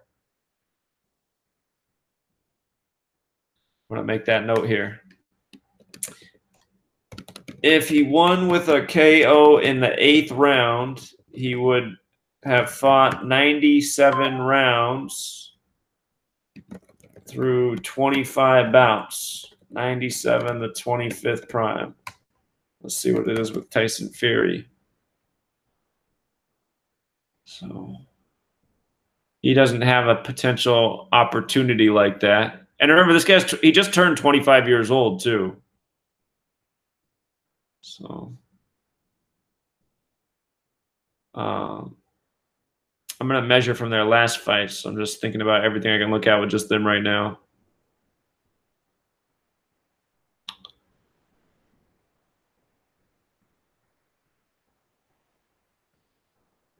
Okay, so 173 is the 40th prime. 179 is the 41st prime. Did I just see a 41 somewhere? Guess not. The venue. MGM Grand's 41. So for him, that would be 7 rounds, though. So it's too bad it doesn't line up for both of them. 8 rounds here would make sense. 7 rounds here would make sense. All right. Where did I put these notes? If he ended the fight in 7 rounds, 179 total rounds, 41st prime, would be fitting for MGM? That's what it was. MGM Gram 41. Yeah. Okay. Come back here and get these notes up here. Tyson Fury, Tom Schwartz.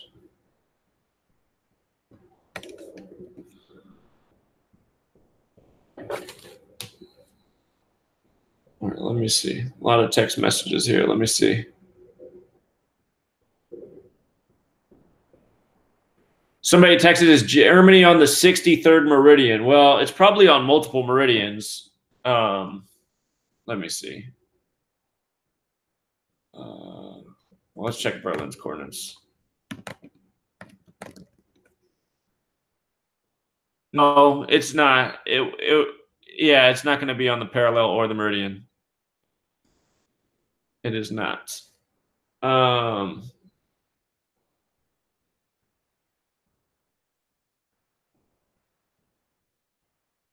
Whoop, dropped my phone. Whoops.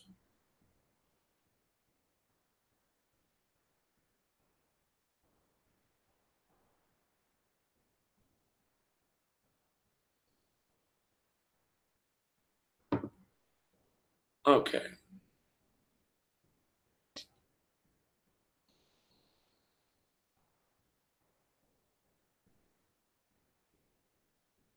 Just making sure I'm not overlooking anything here in these numbers for his name.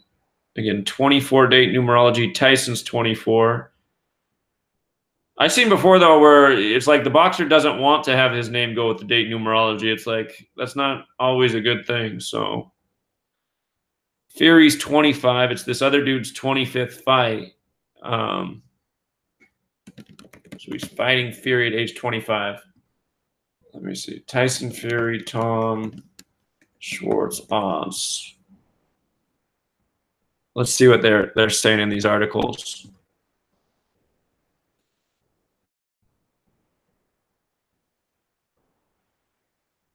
We got to go back and look at how many days ago that Wilder fight was. I'm pretty sure we did that decode during the NFL season.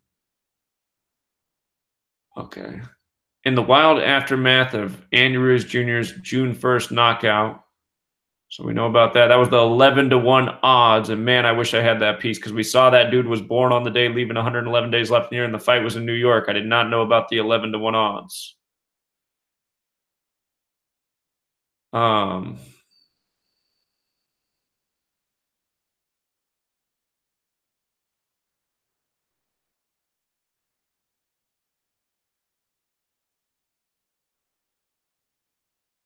Yeah, I remember people thought that he should have got the win over Wilder is what they were saying. It did seem that that fight lined up better for Wilder.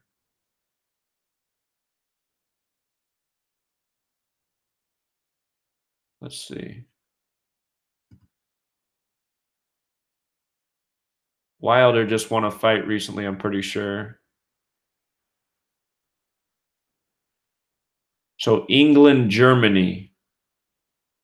Just thinking about what's going on in the world right now. You got Brexit going on. I think Germany's all right.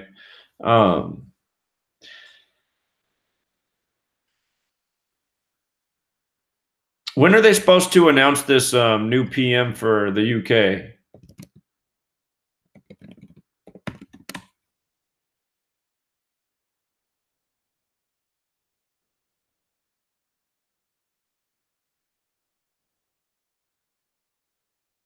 End of July. So, okay, that's still a ways off.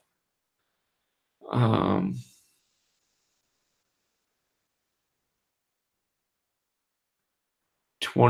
favorite.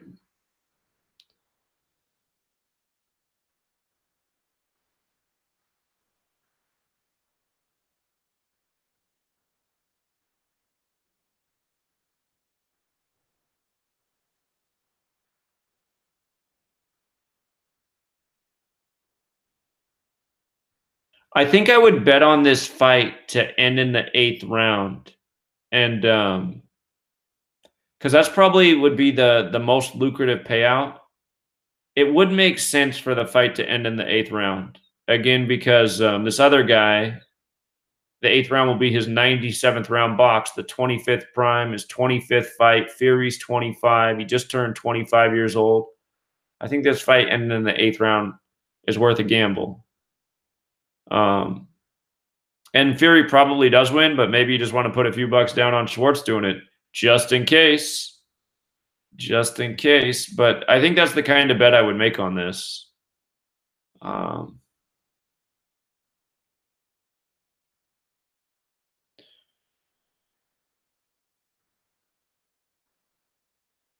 You know what else I'm realizing? Okay, so the fight is oh, never mind. I'm wrong about that. I was thinking the fight was on the 16th for a second. It's on the 15th.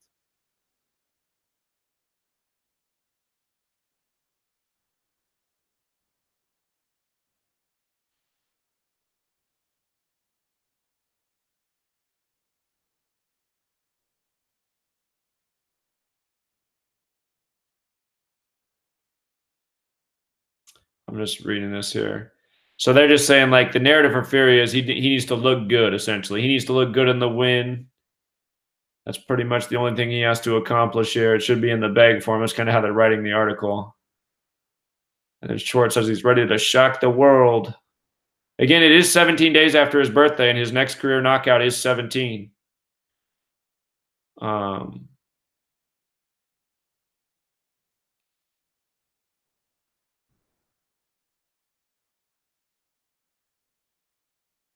So he mentions this guy, Max Schmeling.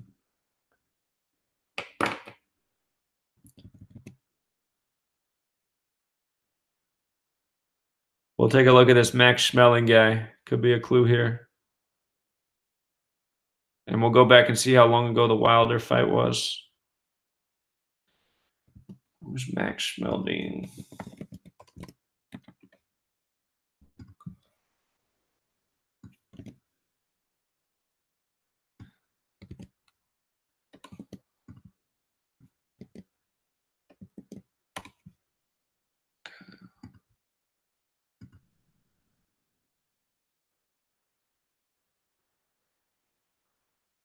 So born 114 years ago, September 28th, 56-10, 70 fights.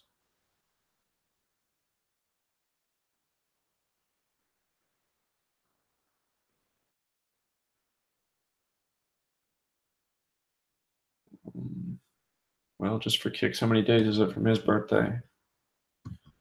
September 28th. Let's see from the anniversary. 260 days.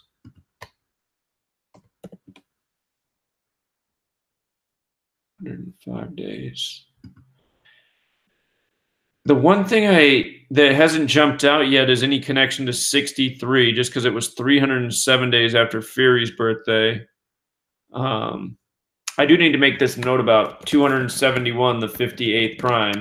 He could fall to 27-1.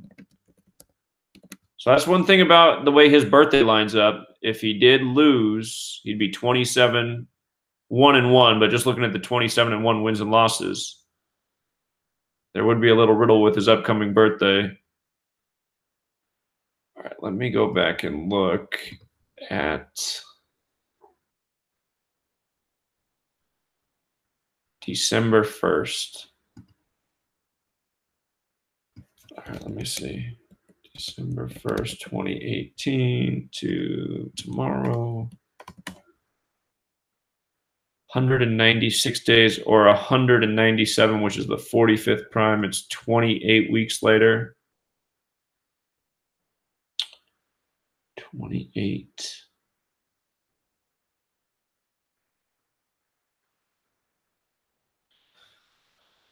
Okay.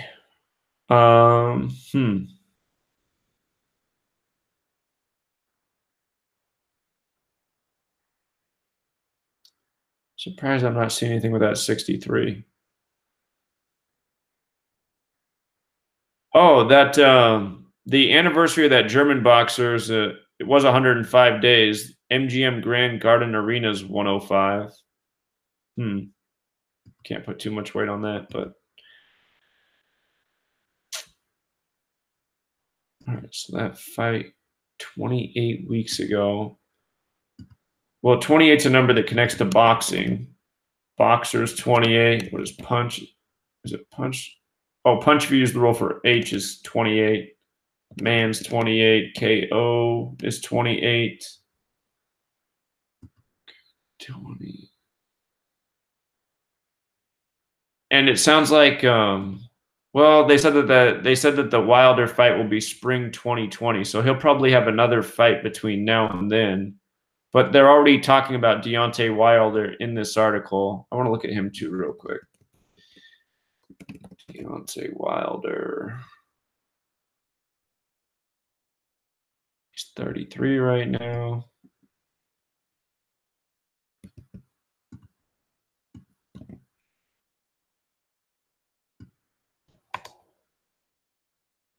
$55.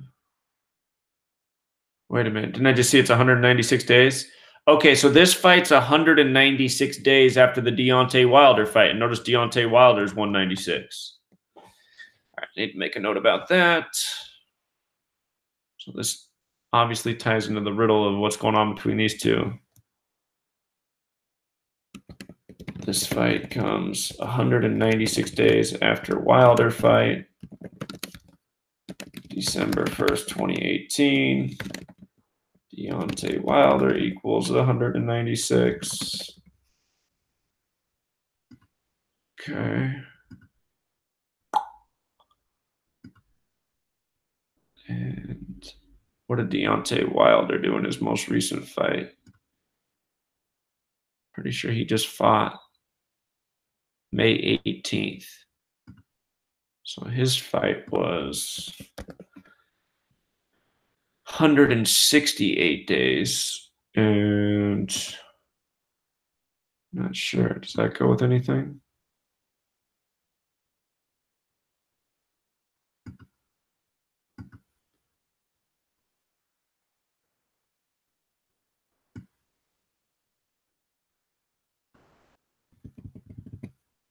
What was it that we said about that fight?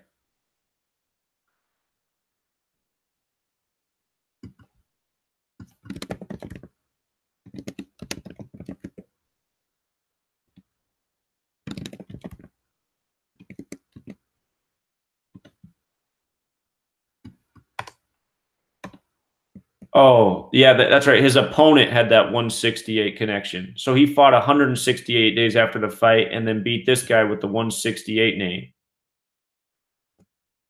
Okay, that's right. I remember there was something that lined up. And then that's right, Dominic was 41. I remember we looked at this fight real quick. And he got his 41st win in this fight over Dominic. Yeah. So 41st win over Dominic. Okay. So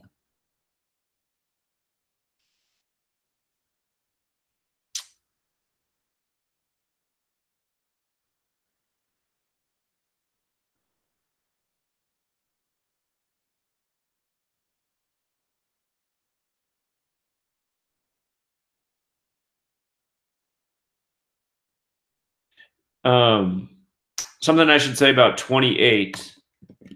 If Fury wins, he gets to 28-0, 28 weeks after Wilder fight.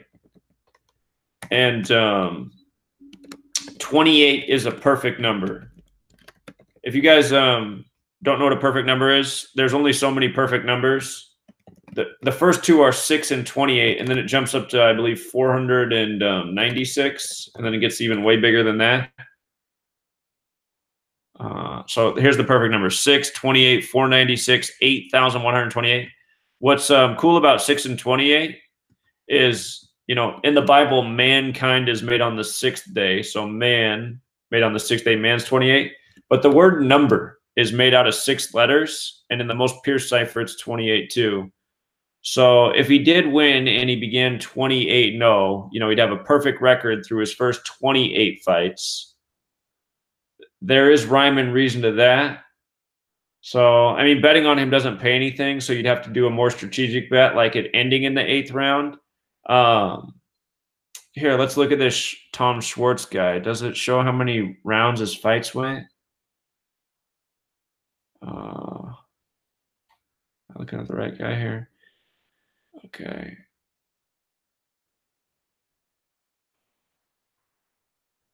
So he gave that last guy his first loss. I just wonder if there's like some typical pattern to his fights. Do they normally go a certain distance?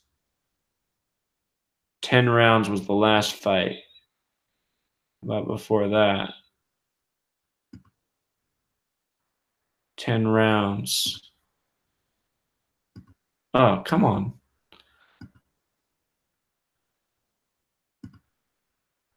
$12 rounds. Okay, so he's known for fighting deep. 10 rounds. Okay, just sample around here. 10 rounds. Wait, this isn't how many rounds they're scheduled for, is it? Maybe I'm looking at how many rounds they're scheduled for, not how many rounds they went.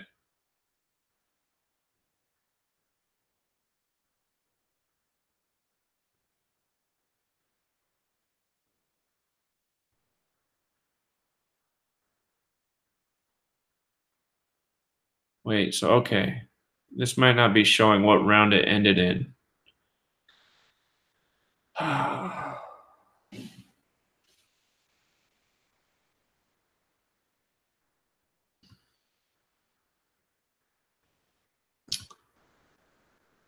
Shouldn't it?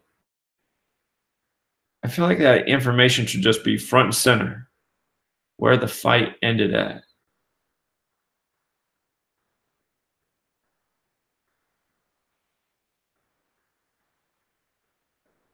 What's this event?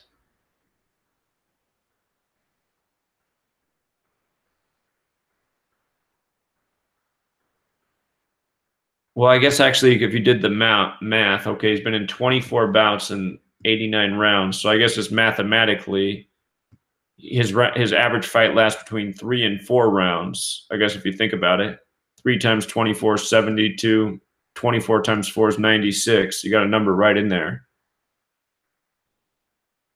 Okay, so 8 would be deeper than normal when you think about it. All right. And Tyson Fury, 28 fights, rounds 172. So his fight is exactly an average of 6 rounds. No. My math's bad. It's just barely over 6. 6 times 28 is 168. So 6.2. Doesn't mean 8 rounds is out of the question. Again, the reason I like that 8 number is just because of this guy. He's 25 years old. It's going to be his 25th fight. If it went 8 rounds, he'd have 97 rounds in 25 bouts as a 25-year-old.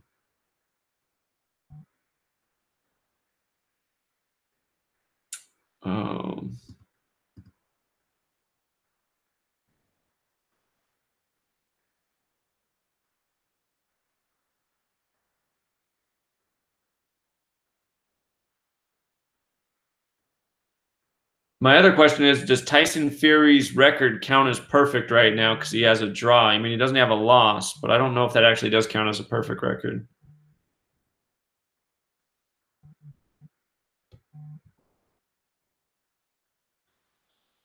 Okay. Well, there is an upset narrative here. It sounds like it's far-fetched, just reading about it. What's up, man? Hey, yes, Zach, just type the name of the boxer and put Wikipedia, and then scroll down and have you all the round Tyler won. So the if I go to the guy's Wikipedia, it has all of his fights and what round they ended in? Yes. Pro fighter, yes. Pro fighter, not Wikipedia? Yeah, Wikipedia, just go to Google, type the name, and then and then Wikipedia next to it, and it'll show. And then just go to their Wikipedia page, and you'll scroll down and you'll see everything. Okay. Okay. Yeah. All right. Thanks, man. Appreciate it. All right. All right. So yeah, I see some quick fights. Round 2, round 6. This one went 8 rounds on the 18th.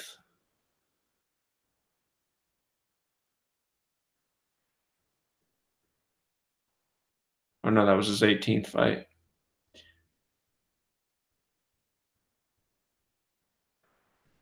So some other 8-round fights. So he's been there before, but it looks like wow, it looks like he makes short work of some of these guys, man. First round. They didn't come prepared. Woo! He's got a lot of first round fights. But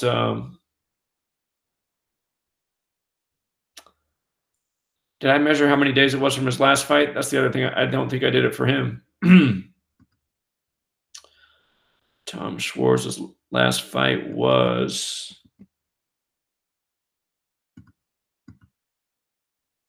I guess I could have just done it right here, huh? March 2nd, 2019. March 2nd, 2019 to tomorrow. 105 days. Hey, that's interesting because that other boxer he referenced, that boxer's birthday is in 105 days. And the name of the venue is 105.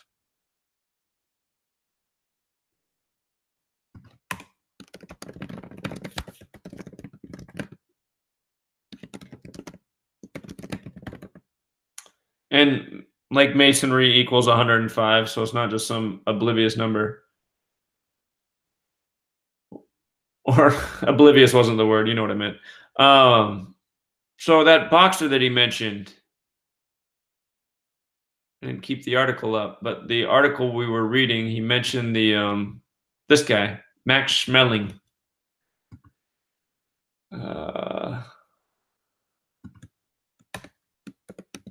So that's interesting. So he's going to shock the world like Max Schmeling.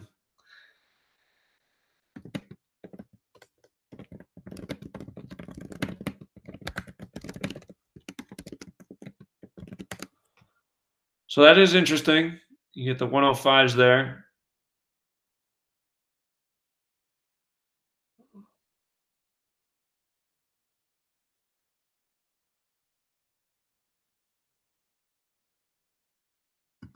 See what $5 would pay for this guy to win in the 8th round. I bet it would pay a ton. I might just do a fun bet like that. I think if he's going to win it, he does it in the 8th. He could also go down in the 8th. So if I was going to bet on Fury, I'd bet on him to win in the 8th.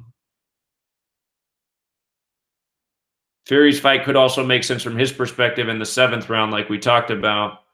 But I like the 8 better, just because 97, the 25th prime, his 25th fight, he's 25 years old, and Fury equals 25 too. So that's my educated guess that the fight ends in the 8th round. And the one other prayer for Schwartz is he could be 25-0 against Fury and get his 17th career knockout 17 days after his 25th birthday. So he does have a little riddle on the board.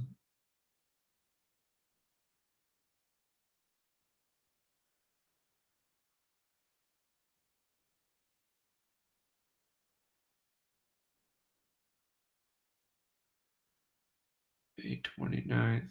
Let me look a little bit more just at their birthdays. August 12th. It was 141 days. May 29th, the 149th day of the year, leaving 216 days remaining. And 216 is there.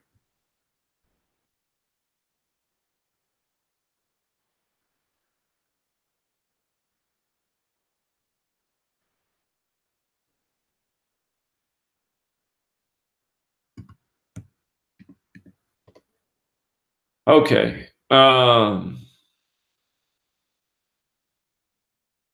Yeah, I don't know what other variables I could look at, so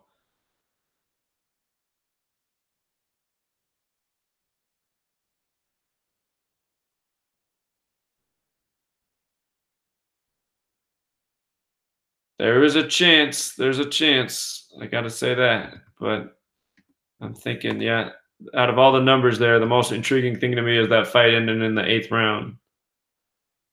And scan it one more time, make sure I'm not missing something.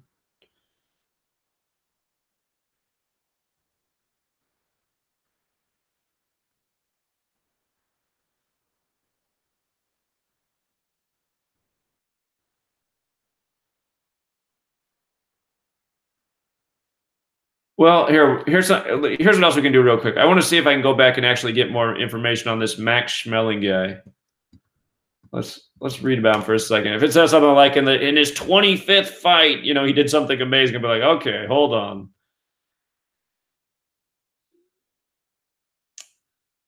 Born on September 28th. Heavyweight champion of the world 89 years ago. He fought Joe Louis.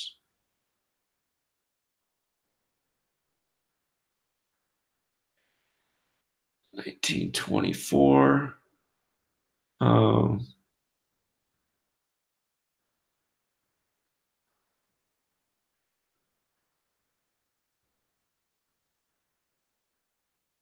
He came to be viewed as a Nazi puppet, huh?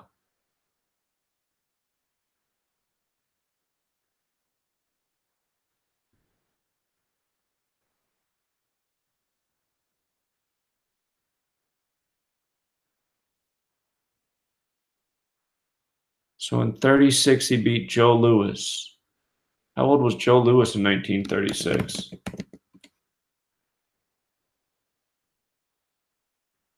He was 22 years old. So wasn't this? He was 31, huh?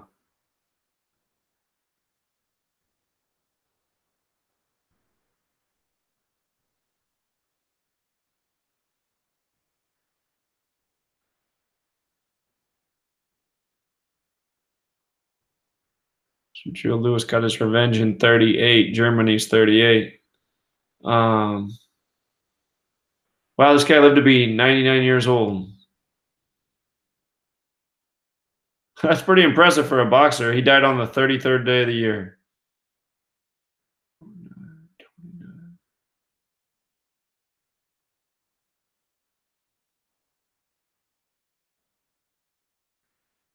Got a serious name.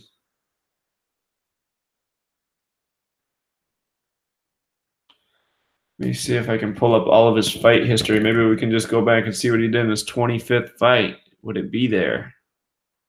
Just Wikipedia got it. All right, well, I guess we can figure it out this way. 5-1. 20, 21, 22, 23, 24, 25. He did win his 25th fight. His 25th fight was a disqualification in the 8th round. Hey, that fight did go to the 8th round, his 25th fight, and he did reference this boxer. So that's interesting. His 25th fight went to the 8th round.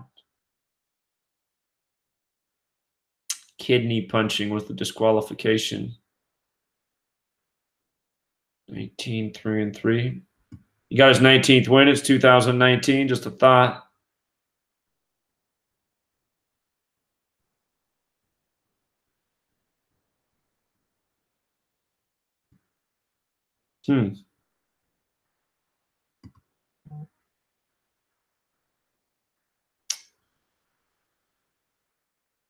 Kidney punching. Just gotta see. Kidney punching. EQ.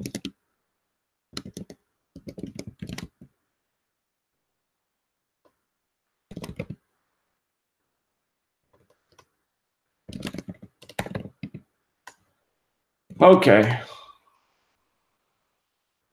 All right. Well, I'm thinking. Oh, let me look at Tyson Fury, what his fights usually do too. Actually, I got to do that too. What's he normally do? No, his last fight went to decision.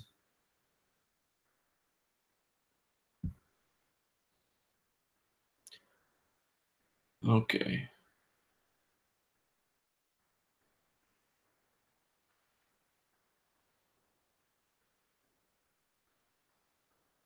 How did that fight line up again? August 12th, 2018. What was it? December 1st, 2018? 111 days.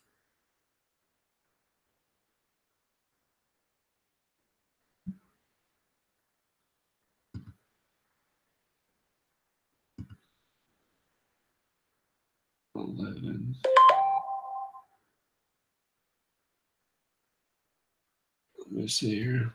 Check the text message at somebody listening.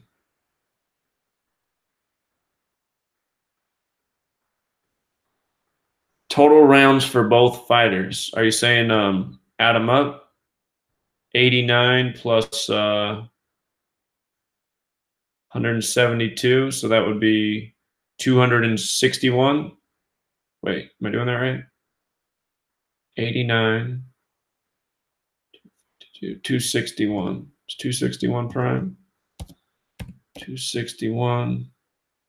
So if it went 8 rounds, they would have 277 combined rounds, which is the 59th prime. Caller? Hey, no, I'm about to go offline real quick. I'm just getting my car washed, so I'm gonna miss what you're saying. But no, add them up individually. That's what I was saying. Well, like for example, Fury has 172 rounds, and the other guy has 89 rounds. Total 40. So far, official rounds that they fought in, right? Okay.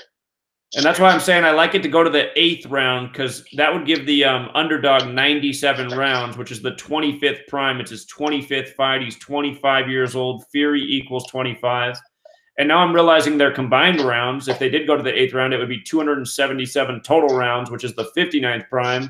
And Tyson Luke Fury, his full name equals 59. So I'm kind of digging the 8-round theory, especially since he referenced that one fighter, and we just went and looked at his 25th career fight, and that fight went to the 8th round. So, right.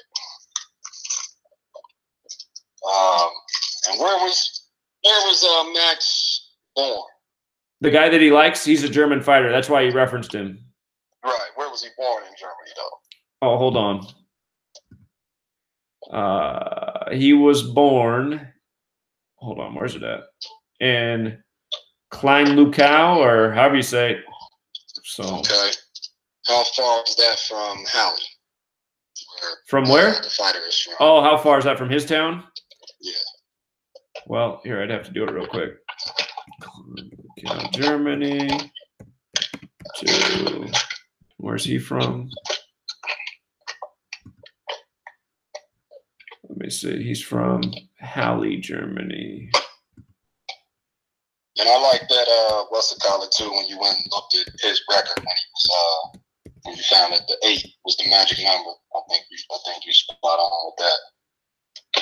Hold on. It's they're 3 hours and 16 minutes apart, so 341 kilometers, which is probably like 300 miles or something like that. It looks like Berlin's right between them, so Berlin's right between both these cities. Right. Or 314 or 8. You follow me? Where are you getting the 314 from? I just said 314. I'm seeing a lot of 314. You said 341, same as 314, or same as 8. Oh, okay. I see it breaks down to 8. I see what you're saying. Okay. Mm-hmm. Okay. And dude got what, 16 knockouts? If he won the fight, he would get his 17th knockout 17 days after his birthday. And Tyson Fury's full name's 59 the 17th prime. So. Right. So there's a chance. There's a narrative here. Oh yeah, it's a big chance. It's a big chance. One last thing. Remember I was telling you about, well, I was texting you. I don't know if you got those messages, where the telecasters were saying different things and stuff was popping up on the TV during the Stanley Cup. They said on this day in 1984, you go back and look in 1984, this month is one of the biggest upsets in boxing history. Oh, really? Yeah. Tommy the Hitman Hearns knocked out Roberto Duran. Okay. June 22nd, I want to say. I'm back in the car now, so it'll take me a minute to get all set up. Okay. That was June 1984? I believe so, yeah. June 15th, it was on the same day, 35 years ago. Yeah. 5 and 3 is 8. You got 3 8s. And then it was something else that I saw that was 3 8s. And I think that's the key. That's the magic number. 8 equals new beginnings or infinity. You follow me? Uh-huh. Yeah, I'm trying to see what round that fight went to, since it's on the same day. Okay. Here, I'll do it this way. There's a better way to do this. Okay, so yeah, that's interesting that fight was on the exact same day. It is. Yeah, I see you. I'm back online now. Let's get out of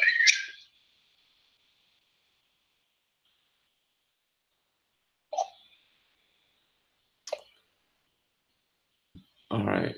He became 77-6 in that fight. Oh, that was a quick fight. It ended in the second round. Oh. It was in Vegas, Caesar's Palace. Or no. Why does it say Paradise, Nevada? Wouldn't that be Las Vegas? Because that's the same place where this fight is. Paradise is a town in Las Vegas. It's an area. I used to live out there. Oh, okay.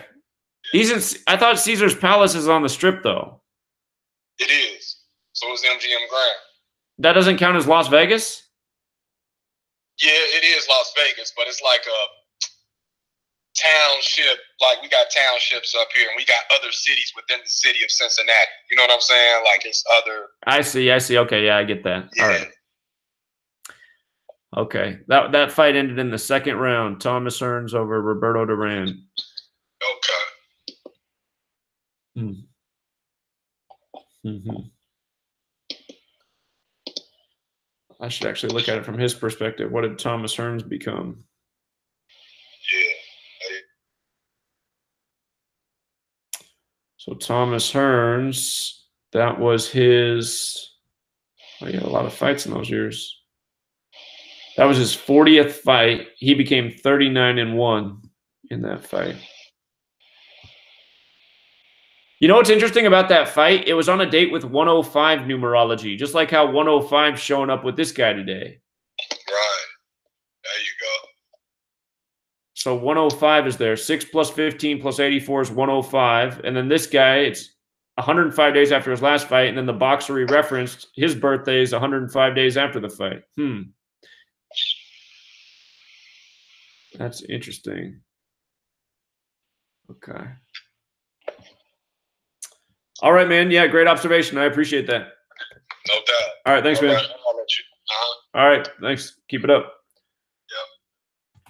Yep. Okay, so this fight is on anniversary of Roberto Duran being knocked out by Tommy Hearns, June 15th, 1984, which was a date with 105 numerology. I wonder if there's something to 105 in boxing terminology that I don't know about.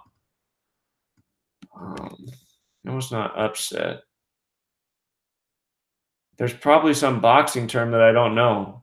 Because that seems strange that number will come up again.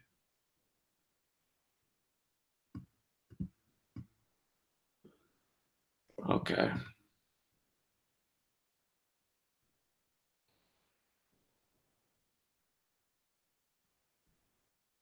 You know what else? It was also a date with 124 numerology. I see this guy's name equals 124.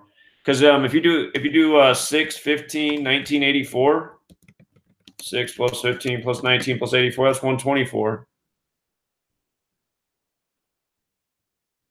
It's also 105. Tom Schwartz. If only the fight was in Caesar's Palace, then it would really have the overlaps.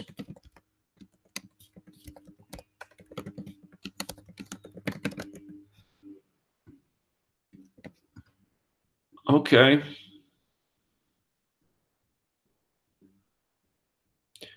Well, I got to admit the guy has a riddle. So at the same time, I could totally see Tyson Fury being 28 wins, no losses, because that's a perfect number, staying perfect. Wilder, Deontay. Because he'll probably fight this fight. So if he got, let's just say he won, he'd get his 28th win. He'd probably fight one more fight later in the year. I guess it's possible that he could fight 2 more fights before next spring after this one. But I just saw that Wilder fight's supposed to be, it said it's scheduled for next spring.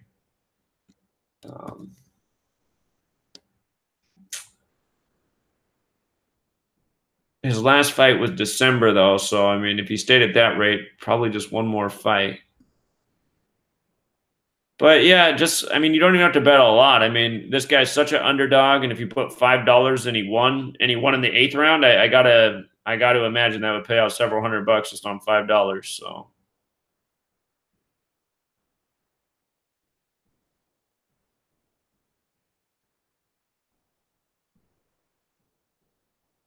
Again, that's the fun thing about this knowledge. You can actually make a lot, which is small. Like, you know, this past week, a guy played $1 and won 130 off it. So that was the day the games were coming through. But I think we can leave it there for now. I'll put up the review video. I'll include the baseball games. Again, just in case you got here late. Here, let me close out some windows.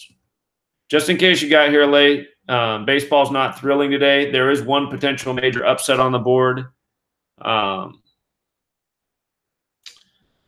So the Red Sox, oh, they finally put in I guess I can, now that the pitcher's in here, I can see what's up with this guy real quick. They were withholding this information. Jeez. Looks like this guy just got called up. He's going to wear number 55. He's making his debut this season on a 59-day numerology. But let me see. Same guy. So fitting that he's making his debut on the 59-day. Well, looks like he's pitched once before in 2018, but debut for the season. Boston could stay on 17 away losses today facing this guy. Anyway, that wasn't the great game. I want to see the Reds win today, because if they do, it sets up the Reds to win 2. I want to see the Rangers win today, excuse me, because then it sets up the Reds to win the next 2 games if that happens following the date numerology. But this game today would be wow, and it just keeps growing. So just money, what is the money right now? It must be just like astronomical on the Twins. Where is it at? 91% on the Twins. Okay. So this game, if the Royals win today, they'll get their 23rd win on a 23-day. The Twins will get their 23rd loss. The Royals will stay at 23 away losses, and they'll get their 9th away win. So you got the date numerology on both sides, plus the prime number relationship, and it's a great payout. So I think this is the risk-reward play of the day. I think the Rockies are going to win 2 of the next 3 against the Padres. Had them yesterday for the 38 ritual. They got it done. If they win 2 of the next 3, they get the 38 wins. Padres get the 38 losses. Colorado's 38, so is San Diego. And if the Padres lose today, they pick up their 17th away loss on the 59-day. If they won tomorrow and then lost the day after that, that second day will have 61 date numerology, the 18th prime, so they could get their 18th away loss on that date. And right now I'm imagining that's the order it's going to go in. So I think the Rockies are a decent play today. Their pitcher can get to 2 and 3 on the 23 date as well. And I'm not thrilled about a whole lot of other games. The Giants could pick up their 39th loss on the 39 date, but if they won, they would make the Brewers 17 and 17 on a 59 date numerology. I'd think about taking that risk because the Giants are a decent payout, but I'm not crazy about it. So anyway, I'll go over all the games in the review video, but those are the things that got my eye today. A lot of these games really can go both ways. It's another teeter-totter day, so. Okay, we'll leave it there. I'm going to review baseball. I'm going to review the WNBA games just because we're seeing maybe the WNBA's low-hanging fruit, and if it looks like WNBA's following patterns like we expect, we can do that for the rest of the year too. Why not? You know, it's the basketball's over, hockey's over. I do want to spend time each day just on the build-up to football and throw out what I see and get your guys' observations. But we'll leave it there for today. Be back tomorrow. Until next time, Truth Seeker.